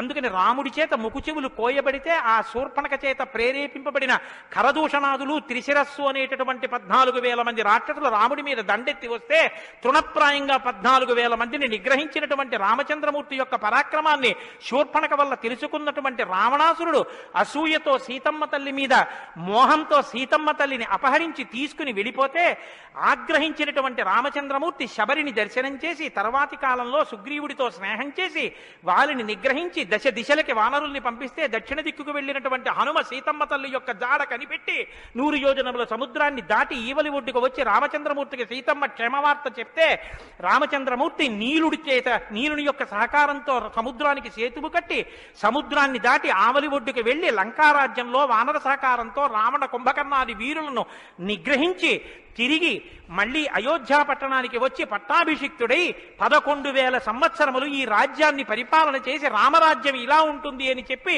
లోకానికి చాటి చెప్పిన వాడయ్యా రామచంద్రమూర్తి అంటే సంక్షేప రామాయణాన్ని కథారూపంగా శ్లోకరూపంగా నారద మహర్షి వాల్మీకి మహర్షిగా ఉపదేశం చేశారు. ఉపదేశం చేస్తే సంతోషించారు. ఆ రామరాజ్యం యొక్క గొప్పతనాన్ని 4 శ్లోకాలు వినకపోతే మనం దోషం చేసిన వాళ్ళం అవుతాం. ప్రహృష్టముదితో లోకస్తుష్ట పుష్ట సుధార్మిక నిరామయో హ్యరోగస్యా దుర్భిక్ష భయవర్జిత న పుత్రమరణం కించిత్ ద్రక్షంతి పురుషః క్వచిత్ నార్యాశ్చా విధమా నిత్యం భవిష్యంతి పతివ్రతాః న చాగ్నిభయం కించిత్ అప్సుమజ్జంతి జంతవః న మాతజం భయం కించిత్ నాపి జ్వరకృతం తథా న చాపి క్షుద్భయం తత్ర న తస్కర భయం తథా నగరాణి చ రాష్ట్రాణి ధనధాన్యయుతాని చ నిత్యం ప్రముదితాః సర్వే యథా కృతయుగే తథా అశ్వమేధశతైర్రిష్టా తథా బహుసువర్ణకైః. రామచంద్రమూర్తి రాజ్యం చేసేటటువంటి కాలంలో కొడుకులు మరణిస్తే పెద్దవాళ్ళైనటువంటి వాళ్ళు పిల్లలకి ప్రేతకార్యం చేయడం అన్నది లేదు. స్త్రీలు విధవలై భర్త మరణిస్తే జీవించవలసినటువంటి దౌర్భాగ్యం లేదు. అందరూ పసుపు కుంకాలతో భర్త చేతుల మీద వెళ్ళిపోయేవారు. ఎక్కడ అగ్నిభయం ఉండేది కాదు. జంతువులు నీళ్లలో మునిగి మరణించడం అనేటటువంటిది ఉండేది కాదు. వాత భయం కానీ, అనారోగ్యాలు కానీ, జ్వరాలు ఏర్పడడం కానీ, భయంకరమైన వ్యాధులు పటమరించడం కానీ, దొంగతనం కానీ, క్షుద్బాధ కానీ, ఆకలితో అలమటించడం కానీ, అశాంతి కానీ లోకంలో ఎక్కడా లేవు. అశ్వమేధాది యాగములను చేసి ఎంతో మంది బ్రాహ్మణులకి బంగారాన్ని దానం చేశాడు. గవాం కోట్యయుతం దత్వా బ్రహ్మలోకం ప్రయాస్యతి అసంఖ్యేయం ధనం దత్వా బ్రాహ్మణేభ్యో మహాయశాః. కొన్ని కోట్ల గోవులు దానం చేశాడు. కొన్ని కోట్ల బంగారు నాణెములు దానం చేశాడు. 10 వర్ష సహస్రాణి 10 వర్ష శతాని చ రామో రాజ్యముపాసిత్వా బ్రహ్మలోకం గమిష్యతి. రామో రాజ్యముపాసిత్వ, రాజ్యాన్ని ఉపాసన చేశాడు మహానుభావుడు. అంత గొప్ప పరిపాలన చేసి 11,000 సంవత్సరముల పరిపాలన తర్వాత బ్రహ్మలోకాన్ని చేరుకున్నాడు. ఇదం పవిత్రం పాపఘ్నం పుణ్యం వేదైశ్చ సంవితం. ఈ రామాయణ కథ ఉన్నదే, ఈ రామాయణ కథ పాపములనన్నిటినీ పోగొడుతుంది. ఇది వేదములతో సమానమైనది. యప్పటే రామచరితం సర్వపాపై ప్రముచ్యతే. ఎవరు ఈ రామ కథని వింటున్నారో వాళ్ళకి సర్వ పాపములు తొలగిపోతాయి. సత్యం సత్యం పునఃసత్యం, ఇందులో అనుమానమేమీ లేదు. ఏతదాఖ్యానమాయుష్యం పఠన్ రామాయణం నరః. ఎవరు ఈ రామాయణాన్ని చదువుకుంటున్నారో వింటున్నారో వాళ్ళకి ఆయుష్యం నిలబడుతుంది, అపమృత్యు దోషం తొలగిపోతుంది. సపుత్ర పౌత్ర సగణః ప్రేత్య స్వర్గే మహీయతే. పుత్రుల్ని, కొడుకుల్ని, మనవల్ని చూసిన తర్వాత 3 తరాలు చూసిన తర్వాత సంతోషంతో సుఖశాంతులతో ఇహమనందు జీవించి ఆఖర తేలికగా శరీరం నుంచి ప్రాణం విడిపోయి జీవుడు సంతోషంగా భగవన్నామని చెప్తూ స్వర్గలోకాన్ని చేరుకుంటాడు. ఇంతటి గొప్ప అనుభూతిని, ఐశ్వర్యాన్ని అనుగ్రహించగలిగినటువంటి శక్తి కలిగినటువంటిది రామాయణం. కాబట్టి ఎల్లరూ ఈ రామాయణాన్ని చదువుకోవాలి, వినాలి, ధరించాలి అని నారద మహర్షి వాల్మీకి మహర్షికి చెప్తే తదేక ధ్యానంతో ఆ మాలామంత్రంగా వినపడిన సంక్షేప రామాయణాన్ని విని పొంగిపోయిన హృదయంతో తన్మయత్వంతో ఉన్నటువంటి వాల్మీకి మహర్షి యొక్క స్థితి దగ్గర ఇవాల్టి ఉపన్యాసాన్ని పూర్తి చేస్తున్నారు. రేపటి రోజున అసలు ఎలా ఆవిర్భవించిందో, తన్మయత్వంలో ఉన్న వాల్మీకి మహర్షి ఎలా బయలుదేరారో, రామాయణం ఎలా వచ్చిందో, ఏం జరిగిందో ఆ విషయాన్ని మీకు మనవి చేసి రామాయణ కథా ప్రారంభం చేసే అనుగ్రహాన్ని రామచంద్ర ప్రభు నాకు కృపచేయుగాక. రేపు ఖచ్చితంగా 6:30 కథా ప్రారంభం అయిపోతుంది. లేకపోతే 7 రోజుల్లో బాలకాండ పూర్తి కాదు. కాబట్టి మంగళాశాసనపరై మదాచార్య పురోగమై సర్వైశ్చ పూర్వైరాచార్యై సత్కృతాయాస్తు మంగళం. మంగళం కోసలేంద్రాయ మహనీయ గుణాత్మనే చక్రవర్తి తనూజాయ సర్వభౌమాయ మంగళం ఉమాకాంతాయ కాంతాయ కామితార్థప్రదాయినే శ్రీగిరీశాయ దేవాయ మలినాథాయ మంగళం కరచరణకృతం వా కర్మవాక్కాయజం వా శ్రవణనైనజం వా మానసం వా పరాధం విహితం వా సర్వమేత్తక్షమస్వా శివ శివ కరుణాబ్ధే శ్రీ మహాదేవ శంభో సర్వం శ్రీ ఉమామహేశ్వర పరబ్రహ్మార్పణమస్తు. స్వస్తి. అయ్యా దయచేసి ఏమండి అందరూ ఒక్క నిమిషం కూర్చోండి. కలియుగంలో అత్యంత పవిత్రమైంది అని కదా నేను మీతో మనవి చేశాను రామనామం గురించి. శ్రీరామాయణం వినడం ఒక మహద్భాగ్యం. నన్ను నమ్మండి, నేను చెప్తున్నానని నేను చెప్పట్లేదు. జీవితంలో రామాయణం వినడం అనేటటువంటిది కొన్ని కోట్ల కోట్ల కోట్ల జన్మల తర్వాత లభించేటటువంటి అదృష్టం. అందున సంపూర్ణ రామాయణం బాలకాండ నుంచి పట్టాభిషేకం వరకు ఏకబిగిన మండల కాలం రామాయణం వినడం అనేటటువంటిది సంభవం అయ్యేటటువంటి విషయం కాదు. అది కేవలం పూర్వపుణ్యం రామానుగ్రహం ఉంటేనే సాధ్యమయ్యేటటువంటి విషయం. అటువంటి రామ కథ విన్న తరువాత మనం కేవలం లేచి వెళ్ళిపోవడం వల్ల ప్రయోజనం కన్నా రామనామాన్ని చెప్పి వెడితే చాలా బాగుంటుంది. రామనామం కేవలం రామ అనడం కన్నా పెద్దలు మనకు ఒక మార్గాన్ని ఇచ్చారు. రామ రామ రామ అని 3 మాటలంటే ఆ రోజున వాళ్ళు విష్ణు సహస్రం చెప్పిన ఫలితం. అది ఇంట్లో అంటేనే అంత ఫలితం ఇస్తే ఒక దేవాలయ ప్రాంగణంలో, అది జగద్గురు పీఠ ప్రాంగణంలో ఎంత శక్తివంతం ఆలోచించండి. అందుకే రామ రామ రామ 1000 ఎలా అవుతుందని మీకు అనుమానం ఉండొచ్చు. అక్షరాల్ని అంకెల్లోకి మార్చే సంప్రదాయం ఉంది. 2 మా 5 రామ రామ రామ అంటే 2 5 2 × 5 × 2 × 5 × 2 × 5 2 5 10 10 2 20 20 100 100 200 205 1000 సహస్రనామ తత్తుల్యం రామనామ వరాననే. కాబట్టి శ్రీరామ రామ రామ అంటే విష్ణు సహస్రం చెప్పి వెళ్ళిపోయినట్టు. కాబట్టి నేను మకుటం అంటూ ఉంటాను. మకుటం మీరందరూ కానీ నేను దానికి వివరణం ఒకటి అంటూ ఉంటాను. మీరు మీ అందరూ కూడా చక్కగాను రామనామము రామనామము రమ్యమైనది రామనామము అని మీరంటారు. ఉండండి మీ త్వర చాలా గొప్పది. అలా అంటే రామనామము రామనామము రమ్యమైనది రామనామము అలా అన్నప్పుడు 3 మాటలు రామ రామ రామ అంటారు. మీరు ఎన్ని మాటలు అన్నారో అన్ని మాటలు విష్ణు సహస్రం చెప్పింది. పైగా మీరు ఒకటి గుర్తు పెట్టుకోండి, నేను పూర్తి విశ్వాసంతో చెప్తున్నాను. వ్యక్తిగత అనుభవాలు వేదికల మీద చెప్పడం నాకు ఇష్టం ఉండదు. శ్రీరామాయణం జరగడానికి అందరికన్నా ముందే స్వామి హనుమ వస్తారు. అందుకే రామాయణం చెప్పేటప్పుడు హనుమ కోసం ఒక ఆసనం వేస్తారు.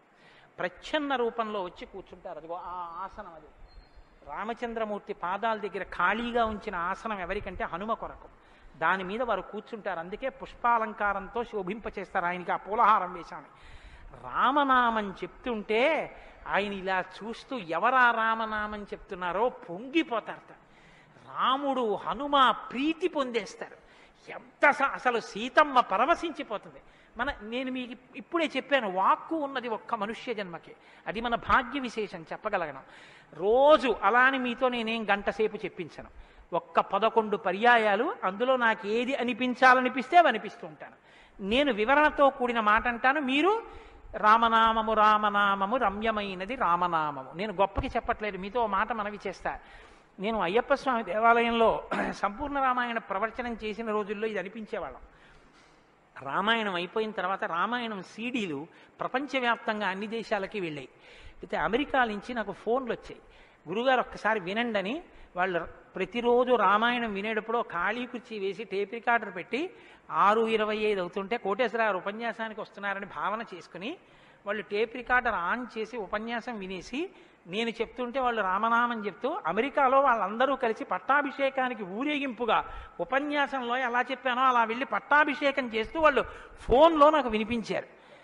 ఎందుకని అంటే నేను సముద్రం దాటి రాను అన్నాను. అందుకని నేను వెళ్ళలేదు పాపం చూడ్డానికి. కానీ ప్రపంచంలో ఎన్ని దేశాలలోనో అలా చెప్పుకుని ఎన్ని కోట్ల రామనామం జరిగిందో, ఎన్ని చోట్ల పట్టాభిషేకాలు జరిగాయో. మళ్ళీ ఆనాడు సంపూర్ణ రామాయణం చెప్పించాడు రామచంద్ర ప్రభు. ఈనాడు మళ్ళీ గుంటూరు శారదాపీఠంలో చెప్పగలుగుతున్నాం. కాబట్టి మీ అందరూ కూడా చక్కగా భక్తి శ్రద్ధలతో చెప్పండి. ఒక సంప్రదాయానికి దీన్ని ఆవిష్కరిస్తున్నాం. ఇవాళ మీ అందరికీ కూడా దీన్ని బహుమానం చేస్తారు. మీ అందరూ కూడా చక్కగా ప్రతిరోజు దీన్ని తీసుకొచ్చి రోజు ఇందులోంచి నామాలు చదువుకోవచ్చు, మీ ఇంటి దగ్గర కూడా చదువుకోవచ్చు. ఇవాళ మాత్రం నేను చెప్పింది మకుటని చెప్పండి. 108 నామాల్లో సంపూర్ణ రామాయణం నామరామాయణం అని ఇది కూడా మీకు బహుమానం చేస్తున్నారు. ఇది కూడా మీరు చదువుకోవచ్చు.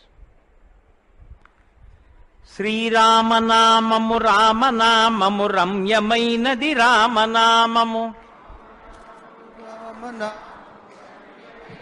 రామనామము దారి నుంటిగా నడచు వారికి తోడు నీడే రామనామము రామనామము రామనామము రమ్యమైనది రామనామము నారదాది మహామునీంద్రులు నమ్మినది శ్రీరామనామము రామనామము రామనామము రమ్యమైనది రామనామము కోరికొలచిన వారికెల్లను కొంగు బంగరు రామనామము రామనామము రామనామము రమ్యమైనది రామనామము అండపిండ బ్రహ్మాండములకు ఆధారమైనది రామనామము రామనామము రామనామము రమ్యమైనది రామనామము బ్రహ్మ సత్యము జగన్మిథ్యాభావమే శ్రీరామనామము రామనామము రామనామము రమ్యమైనది రామనామము ఆంజనేయుని వంటి భక్తులకాశ్రయము రామనామము రామనామము రామనామము రమ్యమైనది రామనామము రాకడయు పోకడయు లేనిది రమ్యమైనది రామనామము రామనామము రామనామము రమ్యమైనది రామనామము నిర్వికారము నిర్వికల్పము నిర్గుణము శ్రీరామనామము రామనామము రామనామము రమ్యమైనది రామనామము జీవితంబున నిత్య జపముగ చేయవలె శ్రీరామనామము రామనామము రామనామము రమ్యమైనది రామనామము నిజ స్వరూపము బోధకంబగు తారకము శ్రీరామనామము రామనామము రామనామము రమ్యమైనది రామనామము వేదవాక్య ప్రమాణములచే అలరుచున్నది శ్రీరామనామము రామనామము రామనామము రమ్యమైనది రామనామము తల్లివలె రక్షించు సుజనుల నెల్ల కాలము రామనామము రామనామము రామనామము రమ్యమైనది రామనామము మంగళంబగు భక్తితో పాడిన శుభకరంబగు శ్రీరామనామము రామనామము రామనామము రమ్యమైనది రామనామము. స్వస్తి. రేపు 6:30 తిరిగి ప్రవచనాన్ని ప్రారంభం చేద్దాం.